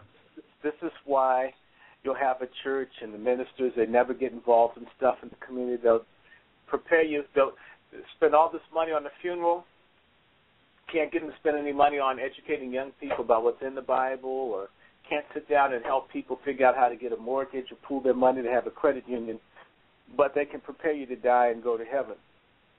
Cult of the dead. Yeah. It is a dead cult, and that's what was given. So we got a death cult, a cult that would teach us how to accept being subhuman and thinking that if you are obedient to being treated as a subhuman, that you are a good person. I don't know if you've ever seen the letter that King Leopold read to the missionaries, telling them that the Africans already knew who God was. They already knew the commandments. One of the elders read it on his radio show a couple of weeks ago. Yeah. So yeah. Well, brother, it was exciting to be able to talk to you. You know, Elder Rai, may the Most High bless your soul. You know, brother, your radio show has been doing wonderful, especially since it's been back. You've been more powerful than ever, and man, many blessings to your family, brother. Hey, well, bless you too, Brother Lex. You know, we always appreciate your support, and you calling in with some different perspectives, and you always add to it. So we definitely appreciate you, brother. Brother, you guys support me. All right, brother. Well, I'm gonna place you back in the queue. Okay. And please press the number 1. I'm sorry, hey, Lex. I'm sorry, I cut you off. Go ahead. What you were saying? I was just gonna say, Brother Gaja, I love the passion. All praise high. Right on. All right. Shalom. Shalom. Okay, and Brother Lex, well, please press the number 1 to exit the call queue so we can take these calls in the order in which they were received. We're going to go back to the phone lines here. We have Brother Daniel. I believe Brother Daniel is calling from the UK. Brother Daniel? Hello, Brother Daniel, you're coming through horribly right now. I don't know if it's just me, but I cannot make out anything you're saying. Maybe can you adjust your microphone or your speaker or anything? Okay. Can you hear me now? There you go. Yes, sir. Yes, sir. Where are you calling from, Brother Daniel? Yeah, I'm calling from the UK. From the UK? Okay. You're breaking up again. You may... Okay, can you hear me now? Yes, sir. Now we hear you. Okay, fantastic. I'll just hold on to the... Dr. Short, can you hear him? Yes. Hello, okay. Good evening, Doctor. Hello? Good evening, Doctor. Welcome to the show. Thank you. I I have two questions and a comment to make. The second question will be a follow-up. I understand you've read so many books and you've done a bit of research, so thank you for what you've been putting out there. Have you read the Bible? Whose Bible? The Torah, I mean. The Hebrew Bible. I hope so. Okay. I hope well, okay. My second question is, do you believe in Yeshua, whom the world know as Jesus Christ? I hope so. Right. Okay. Well, my comment is going to be that it is very important to identify who the real children of Israel are, because, like you said, you put out so many things that identify that the children of Israel are suffering throughout the whole world, and the reason why there is no form of escape from this suffering until they come back to the laws, statutes, and commandments of the Most High. And that is the only thing that can actually free them. And that is why at the GOCC we seriously believe that. And that's all I want to say.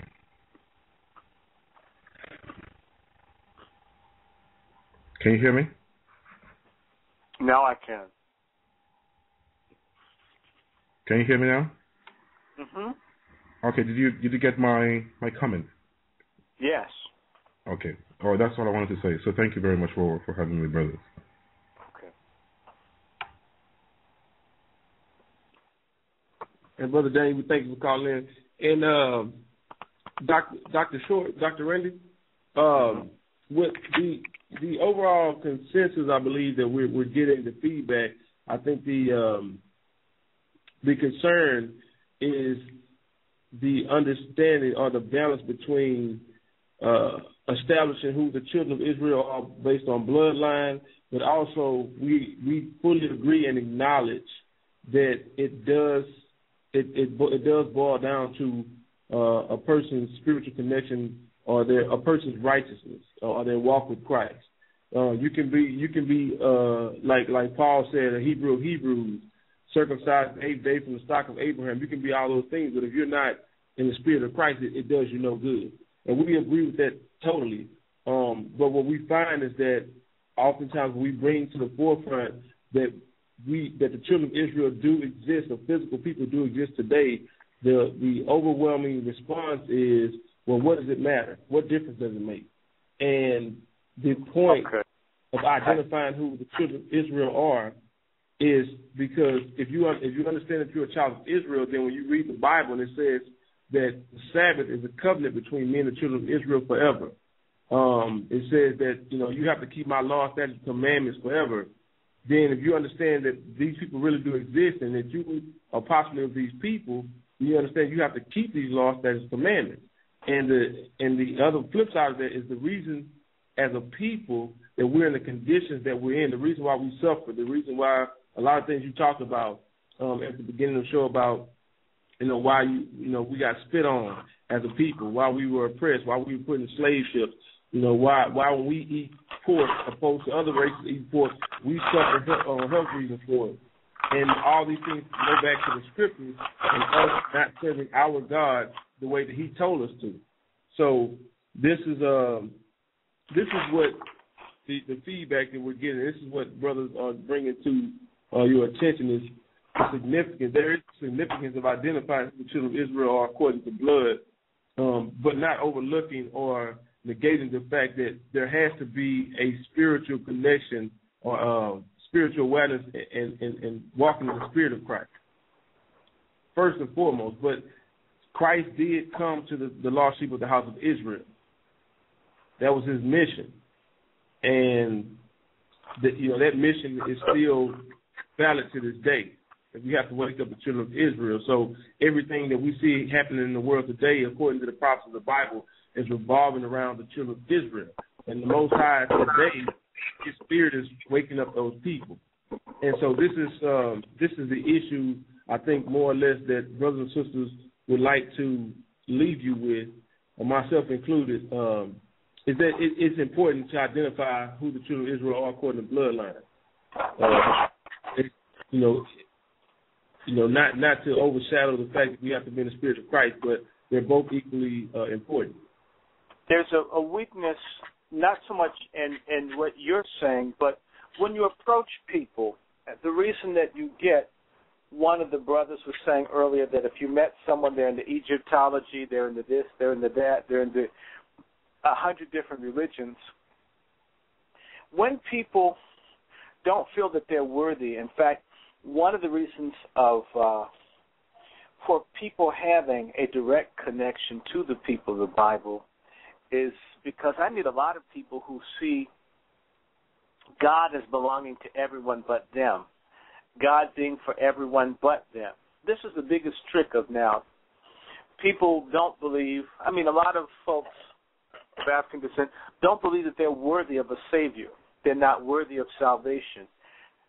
There's a book by a writer whose name is Joel Covell, and his book that came out in the 90s was called Rachel's Children. It was based on him spending some time in a housing project in New York. And he said that there was a point that really almost made him cry, that the family and the children all got together and they would pray, God, try not to hate us for being black. Imagine that. That's fair. God, please don't hate us so much for being who and what we are. If they had a sense of being the people in the Bible, in the book, it puts them spiritually and historically where they belong. If you somehow see yourself as alienated from everything that's happened since the beginning of time, and you're catching hell, God has to come across as a pretty cold-blooded white dude. Right. And so when you go and you tell them, hey, look, you're connected to all of this, that isn't the way people are taught. Have you ever been to a Protestant church and looked at the Sunday materials, and everybody in there, they almost look like albinos with blonde hair, blue eyes, even black conscious churches. The nigger preacher has on kente cloth and everything. But the Sunday school materials are more Aryan than Nazi Germany. Yeah. Okay, I've been in churches, tried to teach and asked, can't we have the other stuff? But I wasn't the pastor to force it, and it was what the denomination said. And the same way those textbooks are produced in Texas that distort, if you're in one of the large denominations, they have the same sort of bigots making their materials. And the only reason you have separate black denominations that are Baptists is to fight over getting free Sunday school materials. They wanted the National Baptists, it came out of a feud over money, they wanted the white Baptists to pay to educate their kids. So out of a lack of concern for our youth, out of a hatred for our young people and for the future generations, we don't want to invest in them, because if children were taught, I was taught that the ancient Jews weren't white people by my father and mother. So I never bought all that stuff. And I know a lot of other people who taught the people in the Bible were not white people. But most were. And it's quite interesting, even when I'd go to church, I would be taught one thing by mom and dad, but nobody was producing literature, Sunday school material, to show the real representation of what the people look like. Do you understand what I'm saying? Right. Even when the Passion of Christ came out, I mean, that movie was whiter than Sweden that Mel Gibson made. This is what people get. The Ten Commandments, Charlton Heston. I mean, you get almost every kind of bigot that can be Moses or Jesus, anybody. And yet if you look at the Palestinians getting blown to bits by Israelis, they look more like, look like Bronx and Brooklyn. It doesn't look like Copenhagen and Denmark. Right. But there's a laziness, and I have to say this, there's a slothfulness. I mean, these Negro churches will have every new top 40 record that comes out on gospel radio. They can produce that. but they can't get imagery or information. They could get it, but a lot of them don't bother. And I know a lot of people, when I had a big fight with a friend of mine who's Indian, and he put up a picture of Jesus, and I said, that's not really him. And he told me, but I'm used to this one. I had a fight with a South African person because I put up a picture of a white Jesus and said, wanted for genocide, mass manipulation, psychological enslavement, colonialism. And the guy went crazy. How dare you attack Jesus? You're talking about Cesar Borgia, right? No, this is a different person, but I got a picture of a white Jesus, and I made fun of the fact that this is a false image, and people got angry because a lot of people's indoctrination is greater than their faith. Yes, yes. Okay? And so, I mean, there are people who do not want to know, and then there are people who are used to something else. So fundamentally, when you go out and you tell them that, hey, there are blacks in the Bible. Blacks were the majority in the Bible. These people from Africa were all over the place. Who do you think that Philip was sharing the scripture of Isaiah with in the chariot? Most people will think that it looked like Enrique Iglesias or something like that. This is due to indoctrination that they receive even from seminary-educated ministers. Don't tell their people the truth, because I'll tell you something. I've been in Africa and been in churches, and in fact, you're more likely to find an accurate representation of people in the Old Testament in America than you will in a church in Africa. Yeah, I've been told these things as well. I've been all over. Jesus, he's definitely. I wrote a little thing in one of my little diaries that said, if there was any question about whether Jesus Christ was white or not, they need to come to Africa. They'll let you know. Jesus definitely was a white dude. It's sad. And if you mention anything, I was with the president of the Ghanaian Bible Society, and I asked him, how come you guys won't change the imagery in your material? And, well, people are used to it. I don't have the money to print the Bibles to change it. Do you follow? So perhaps when your collective gets strong, you're going to have a publishing wing and a video wing, and you put the images out. I saw a wonderful video. Maybe y'all put it out on who the real Hebrews are. It talked about the science. It was a phenomenal video. I sent it to everybody. Because it's saying how connected to the original Hebrew. We definitely have some material. Doctor, I'm sorry to cut you off, but we definitely have some material that we're, I'll touch with you and get you as much material that we have. And a lot of things that you talk about, we have a biblical understanding or a biblical connection to the answer to a lot of those things. We talk about what's going on from Africa to Hawaii. There's a collective effort to keep the poor people of the earth, the Israelite people, who the establishment they know who we are. We were separated and cut off from our heritage and our history, but they never forgot. And the bottom line is the ultimate point is that they can't keep perpetuating the fraud that they're running if they forget. So they definitely remember it. Right, exactly. And the goal is to keep us separated from the God of Abraham, Isaac, and Jacob. And they understand that the way to do that is to keep us separated from the law, statutes, commandments that He gave us. And this is what we're doing. We're going out and we're just preaching the truth of the gospel. We're preaching the truth of Christ. And that's what I was asking you earlier. Were you familiar with Cesar Borgia? Are you familiar with that person? Mm-mm. Okay. Well, Cesar Borgia, the image that you have, the Jesus, the image of Jesus, that's a man named Cesar Borgia, and his father was Rodrigo Borgia, I think the sixth pope of Rome, and that's who they put an image up of him. You're talking about Michelangelo's boyfriend. Yeah, exactly. He also slept with his sister. I know what you're talking about. Okay, yeah. You can read about him in a book called Triptych Poisoners, I believe. I may be misquoting that book, but this guy, he was a very wicked man. He was a homosexual. and he slept with his sister. I mean, and actually they have a show. I don't know if it's still on TV, but they had a show on Showtime. It was like the number one show on Showtime. It was called the Borgiers. And basically they were the original crime family, the movie Mafia. The Borgiers. Yeah, Borgier. Yeah. Okay. Yeah. That's Serge Borgier. That is the image they put up to be the quote unquote Jesus Christ. And so we have posters and things of that nature exposing it. We get the same reaction when you go up there, because I had a brother that's an elder in the church, and he had a friend that was praying to that. He was Catholic, and he told him the truth about that image and that picture, and this guy couldn't believe. He said, when I close my eyes and I pray, I picture that guy. And you telling me this dude was a homosexual? It's like, yeah, that's not Jesus. That's not Christ. So, and it's deep because the Bible tells you not to have false images, right? Absolutely.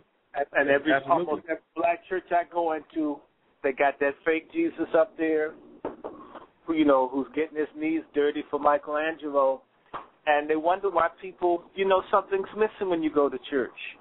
In particular, to teach that Jesus is white, and the Israelites are white, and righteousness is white, and then you're getting hell from these people. That has to create a lot of confusion. Why are God's people so mean? And maybe I don't like God too much. Yeah. And I think a lot of folks love God, but they can't stand his fake friends. Well, and that's a sad part. And that's another issue. That's another thing that we try to tackle, because a lot of our people are not accepting Christ because they believe, they won't read the Bible because the Bible is, quote, a white man's book, because of all the imagery and all the hypocrisy that they see in the churches. And the truth of the matter is that, like when we talk about the Ten Commandments, let's deal with something simple and basic as the Ten Commandments. Almost every church in America, and probably even in Africa, will tell you that they believe in the Ten Commandments. But I think the average church may follow maybe 7 of the Ten Commandments. First of all, they have images, so that, that's one commandment down. They don't keep the Sabbath. That's another commandment. And then bearing false witness. They with all the whole. I mean, it's we can go down a list. Down and down. So I mean, you keep going. They may be doing, like I said, 6 or 7 commandments tops. And this is, the core of the scriptures, 10 commandments. So, and these are the things that separate us as a people from our power, from the Most High God. And this is the overall message that we're trying to get out and bring our people to the truth. And until we, as a whole, come back to the law, statutes, commandments that the Most High gave us on the mountain, that he gave to Moses, then we're going to continue to suffer the curses that were written of in Deuteronomy, the 28th chapter. And so, a lot, like I said, we have a lot of material that I'm definitely going to be emailing you and, keeping you in the loop with, and I definitely want to get some more material from you. Before we go back to the phone lines, I wanted to ask you, can you recommend some books and different things, different sources of where you get a lot of your information, or the books that maybe have been profound and given a lot of understanding, shed light on a lot of situations, some must-have books? Oh, my.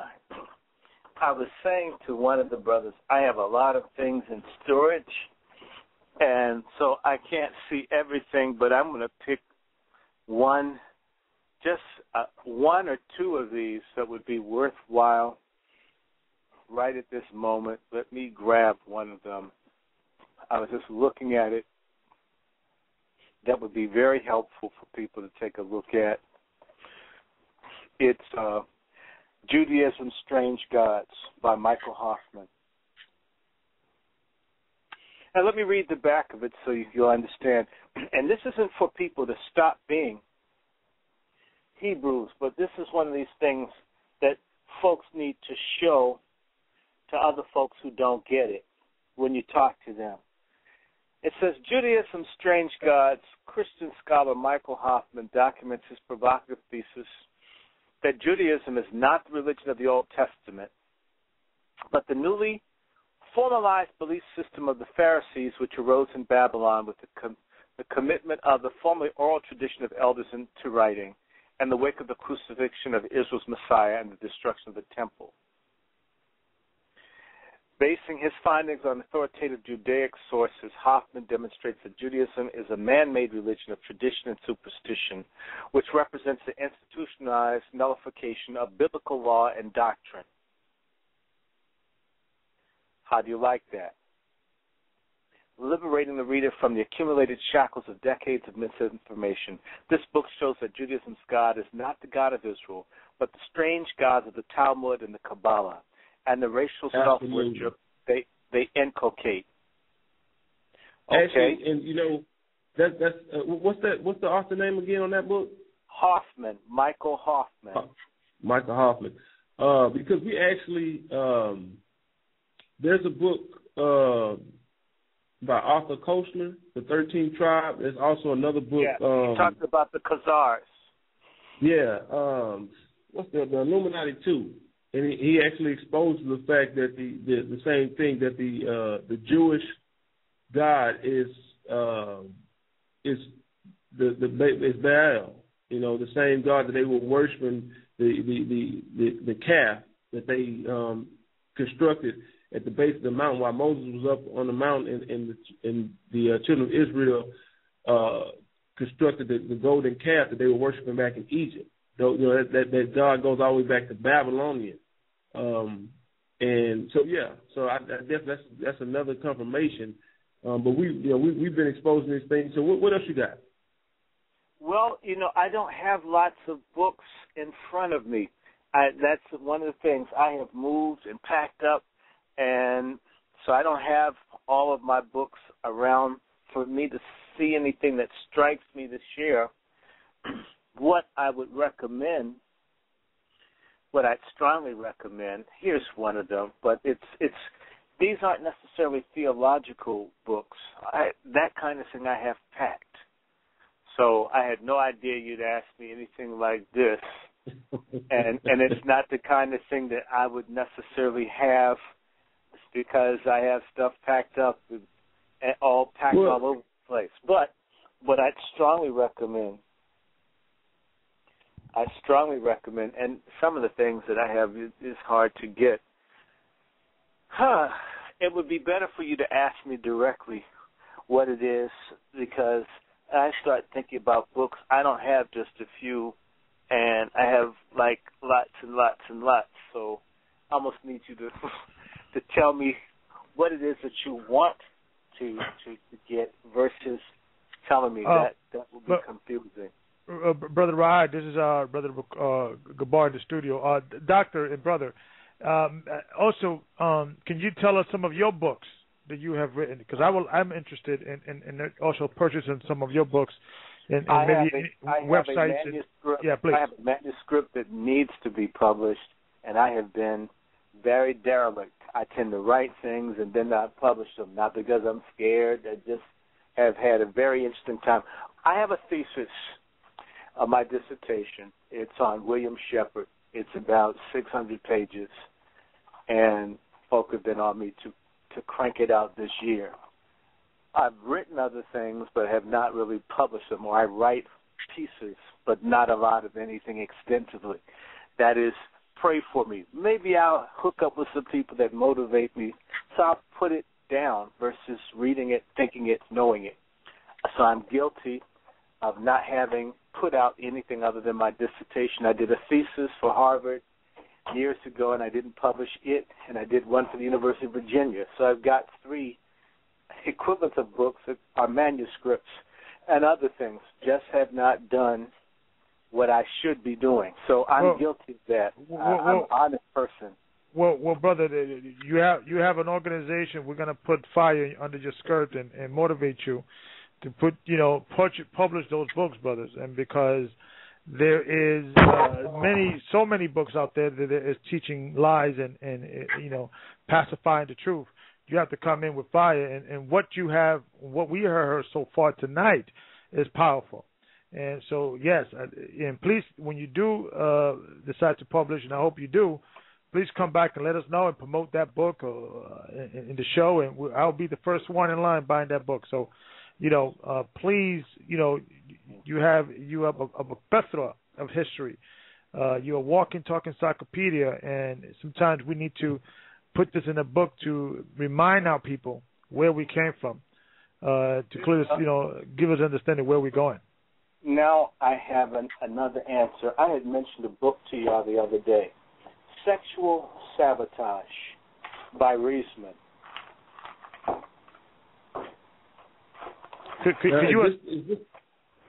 Is this the book that? I'm sorry. Go ahead, Elder. No, I just wanted him to expound on the book. The title it sounds interesting. I guess it's a book showing how they've systematically tried to destroy the family through using the Kinsey study, and how they've eroded family values, deliberately so. All these things happening now are quite planned and intentional. They wanted this to happen. And it just shows the influence of pornography and how these people have come through and pushed all this stuff. I'm not opposed to talking about sex, but I'm opposed to them talking to kindergartners about it. Can't teach them to read and write, but you go teach them about sex. Go figure. Why do they need to know that at 5 and 6? I mean, that's too early. I mean, you can't teach them phonics by law in some places, but you can teach them how to do stuff. I mean, that's debased. And to piggyback what you were saying, brother, I think that's a major important issue that you brought out, because we as black and brown people, we need to understand that we are different. And it's okay to say that we are different from white people. We think differently. We have a different approach in how we raise our kids. We got a different approach in how we govern ourselves. We are different. Like the Bible says, when Rebekah had 2 children and they struggled together in her womb, the Most High told her, 2 nations are in your wombs, and 2 manner of people shall be separated from the bowels.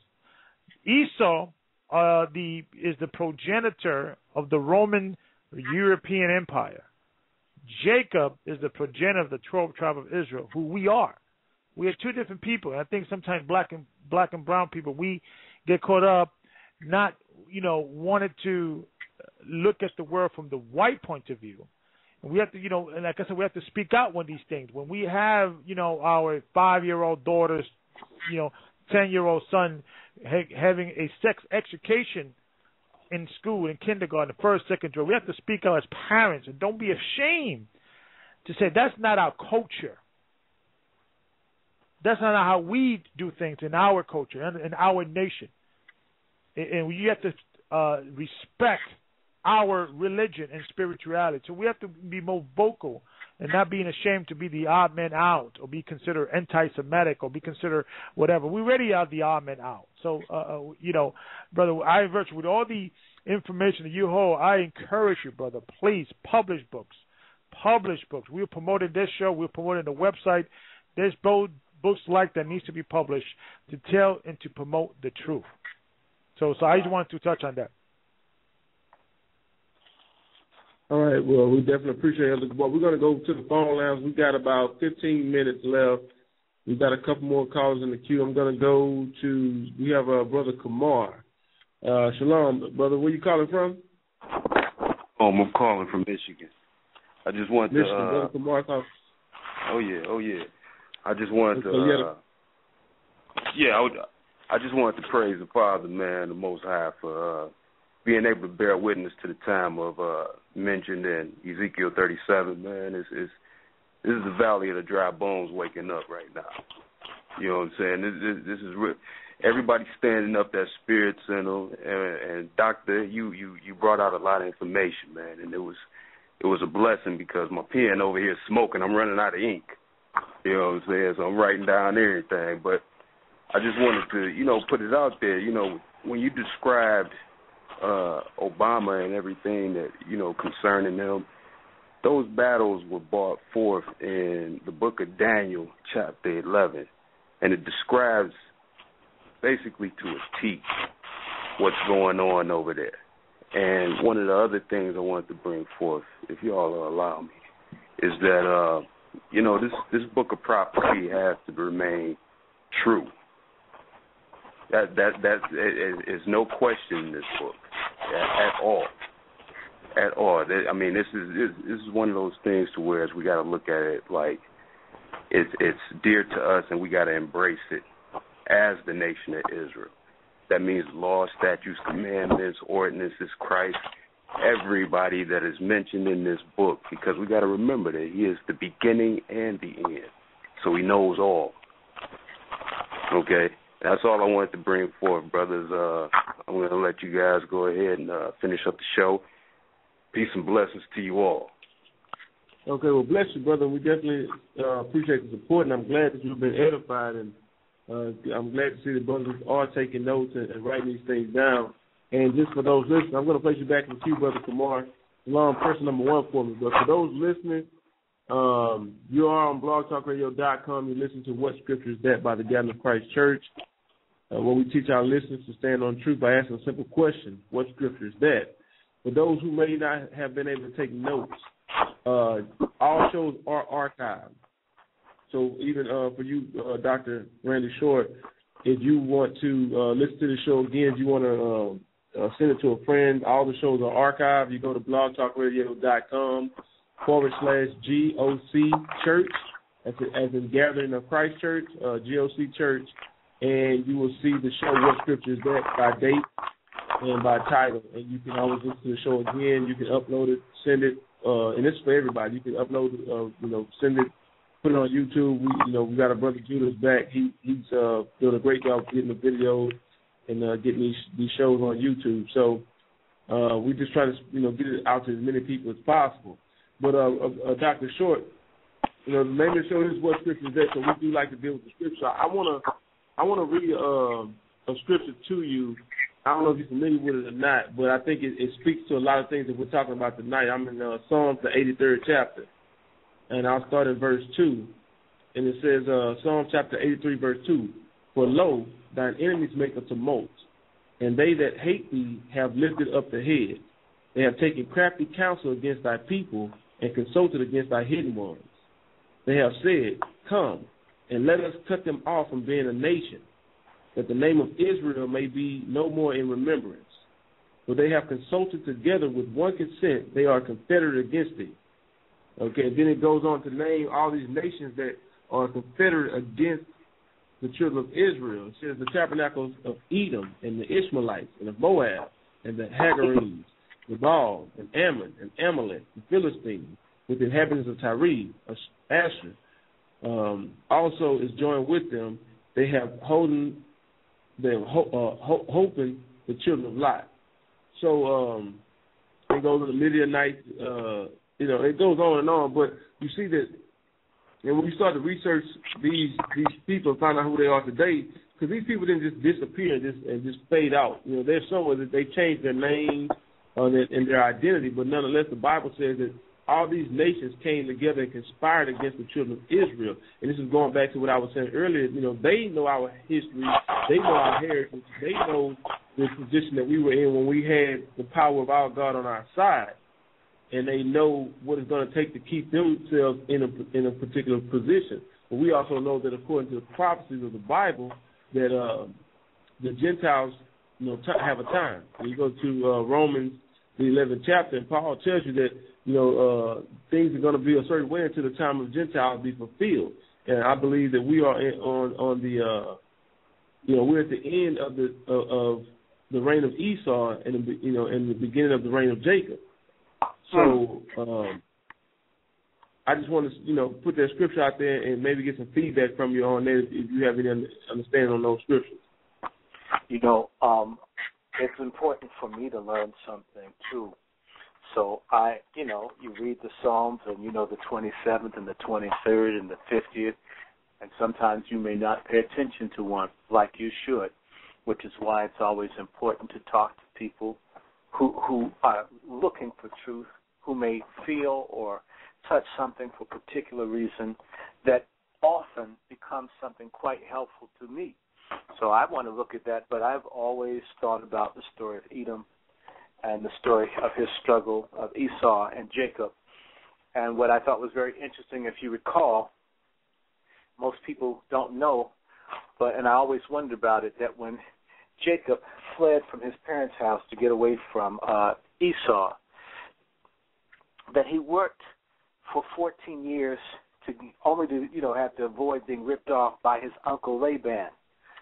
Most people don't know Laban means white. And I always thought that was interesting, that it was his uncle who was named White, who was always trying to rip him off and cheat him and treat him like a slave, even though he's supposed to treat him right, he didn't. And so that's sort of what, not that it means anything, but I thought it was interesting, the person that would have you work for him and they'd rip you off. And that Jacob, I was thinking about Jacob the other day, that Jacob was not just a wise man, Jacob was a scientist, because Jacob understood genetics, and that's how he was able to get the sheep mix to come out his way, to beat Laban. And so I've always thought Jacob as a very, very wise person who understood science, understood psychology, understood, and more importantly about Jacob, because I was thinking about him the other day, is that Jacob was able to get by most of the time until he had to wrestle with the angel for his blessing. That was something that didn't come easy to him. And we've got to struggle to get our blessing back. It may not come easy, but we can't let go. When the blessing comes, when the wisdom, the knowledge, the word of liberation comes, even if you have to struggle with it in your mind, don't let go of it until it blesses you, even if it comes at some cost to learning the truth. It's better to learn the truth and even endure some suffering or some difficulty than to walk in convenience and never get your healing, liberation, or revelation. Absolutely.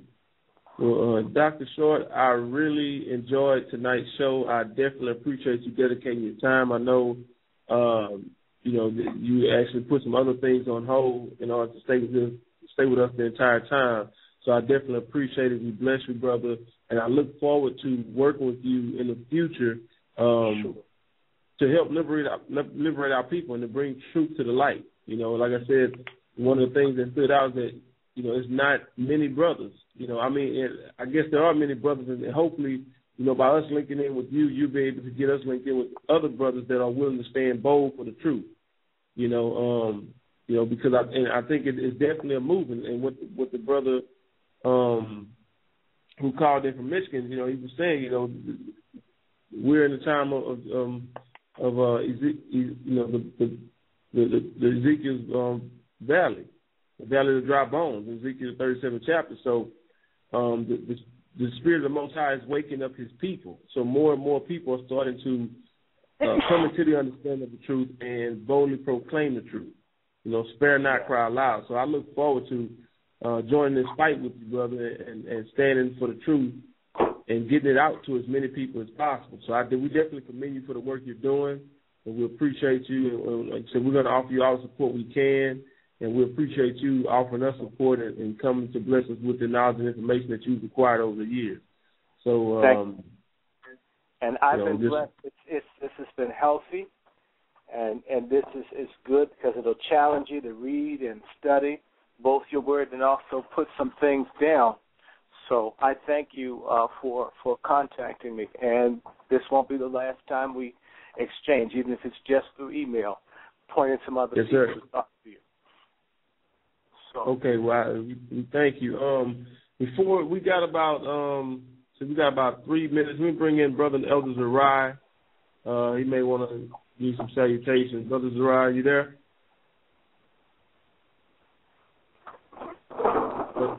Brother Zerai, are you there? Yeah, I hear you now. Okay. Yeah. Brother Zerai, you there? Okay, I think you may have lost Hello? him. Hello? You. Brother Zerai? Yeah, I'm having problems with this mic going in and out. Okay, yeah. I was bringing you in if you wanted to just have a final word for Brother Dr. Randy Short. Yeah, definitely just again to definitely just thank him for coming on tonight. He's been a big helper, and he's a major resource of so much information, that we couldn't even get to it all in one sitting. But again, that we will be in touch, for future plans, and again, just to thank you, Thank you. Thank you very much. It's been a blessing. Well, Dr. Short, we definitely appreciate it, and I look forward to speaking with you again sometime. And until next time, bless you, brother. Bless you. Bye-bye. Okay, shalom. Yeah. Let's get it. This is why. No real future for the children of tomorrow. Looking out my window, tell me, could you feel my sorrow? No matter what I do, I can't get it right. I'm just a black man in America who wants to live his life. But it's a sad song. You hear them sirens, the season's silence. We raised in violence, caught in the American corporate alliance. You living in a country that was built on Moorish science.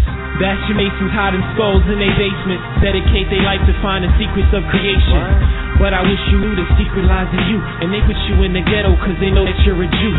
Deuteronomy 28 verse 68. On a slave ship sold to the 50 states. No, they can't relate. That's why the curses cleave as a sign and the wonder of the prophecies.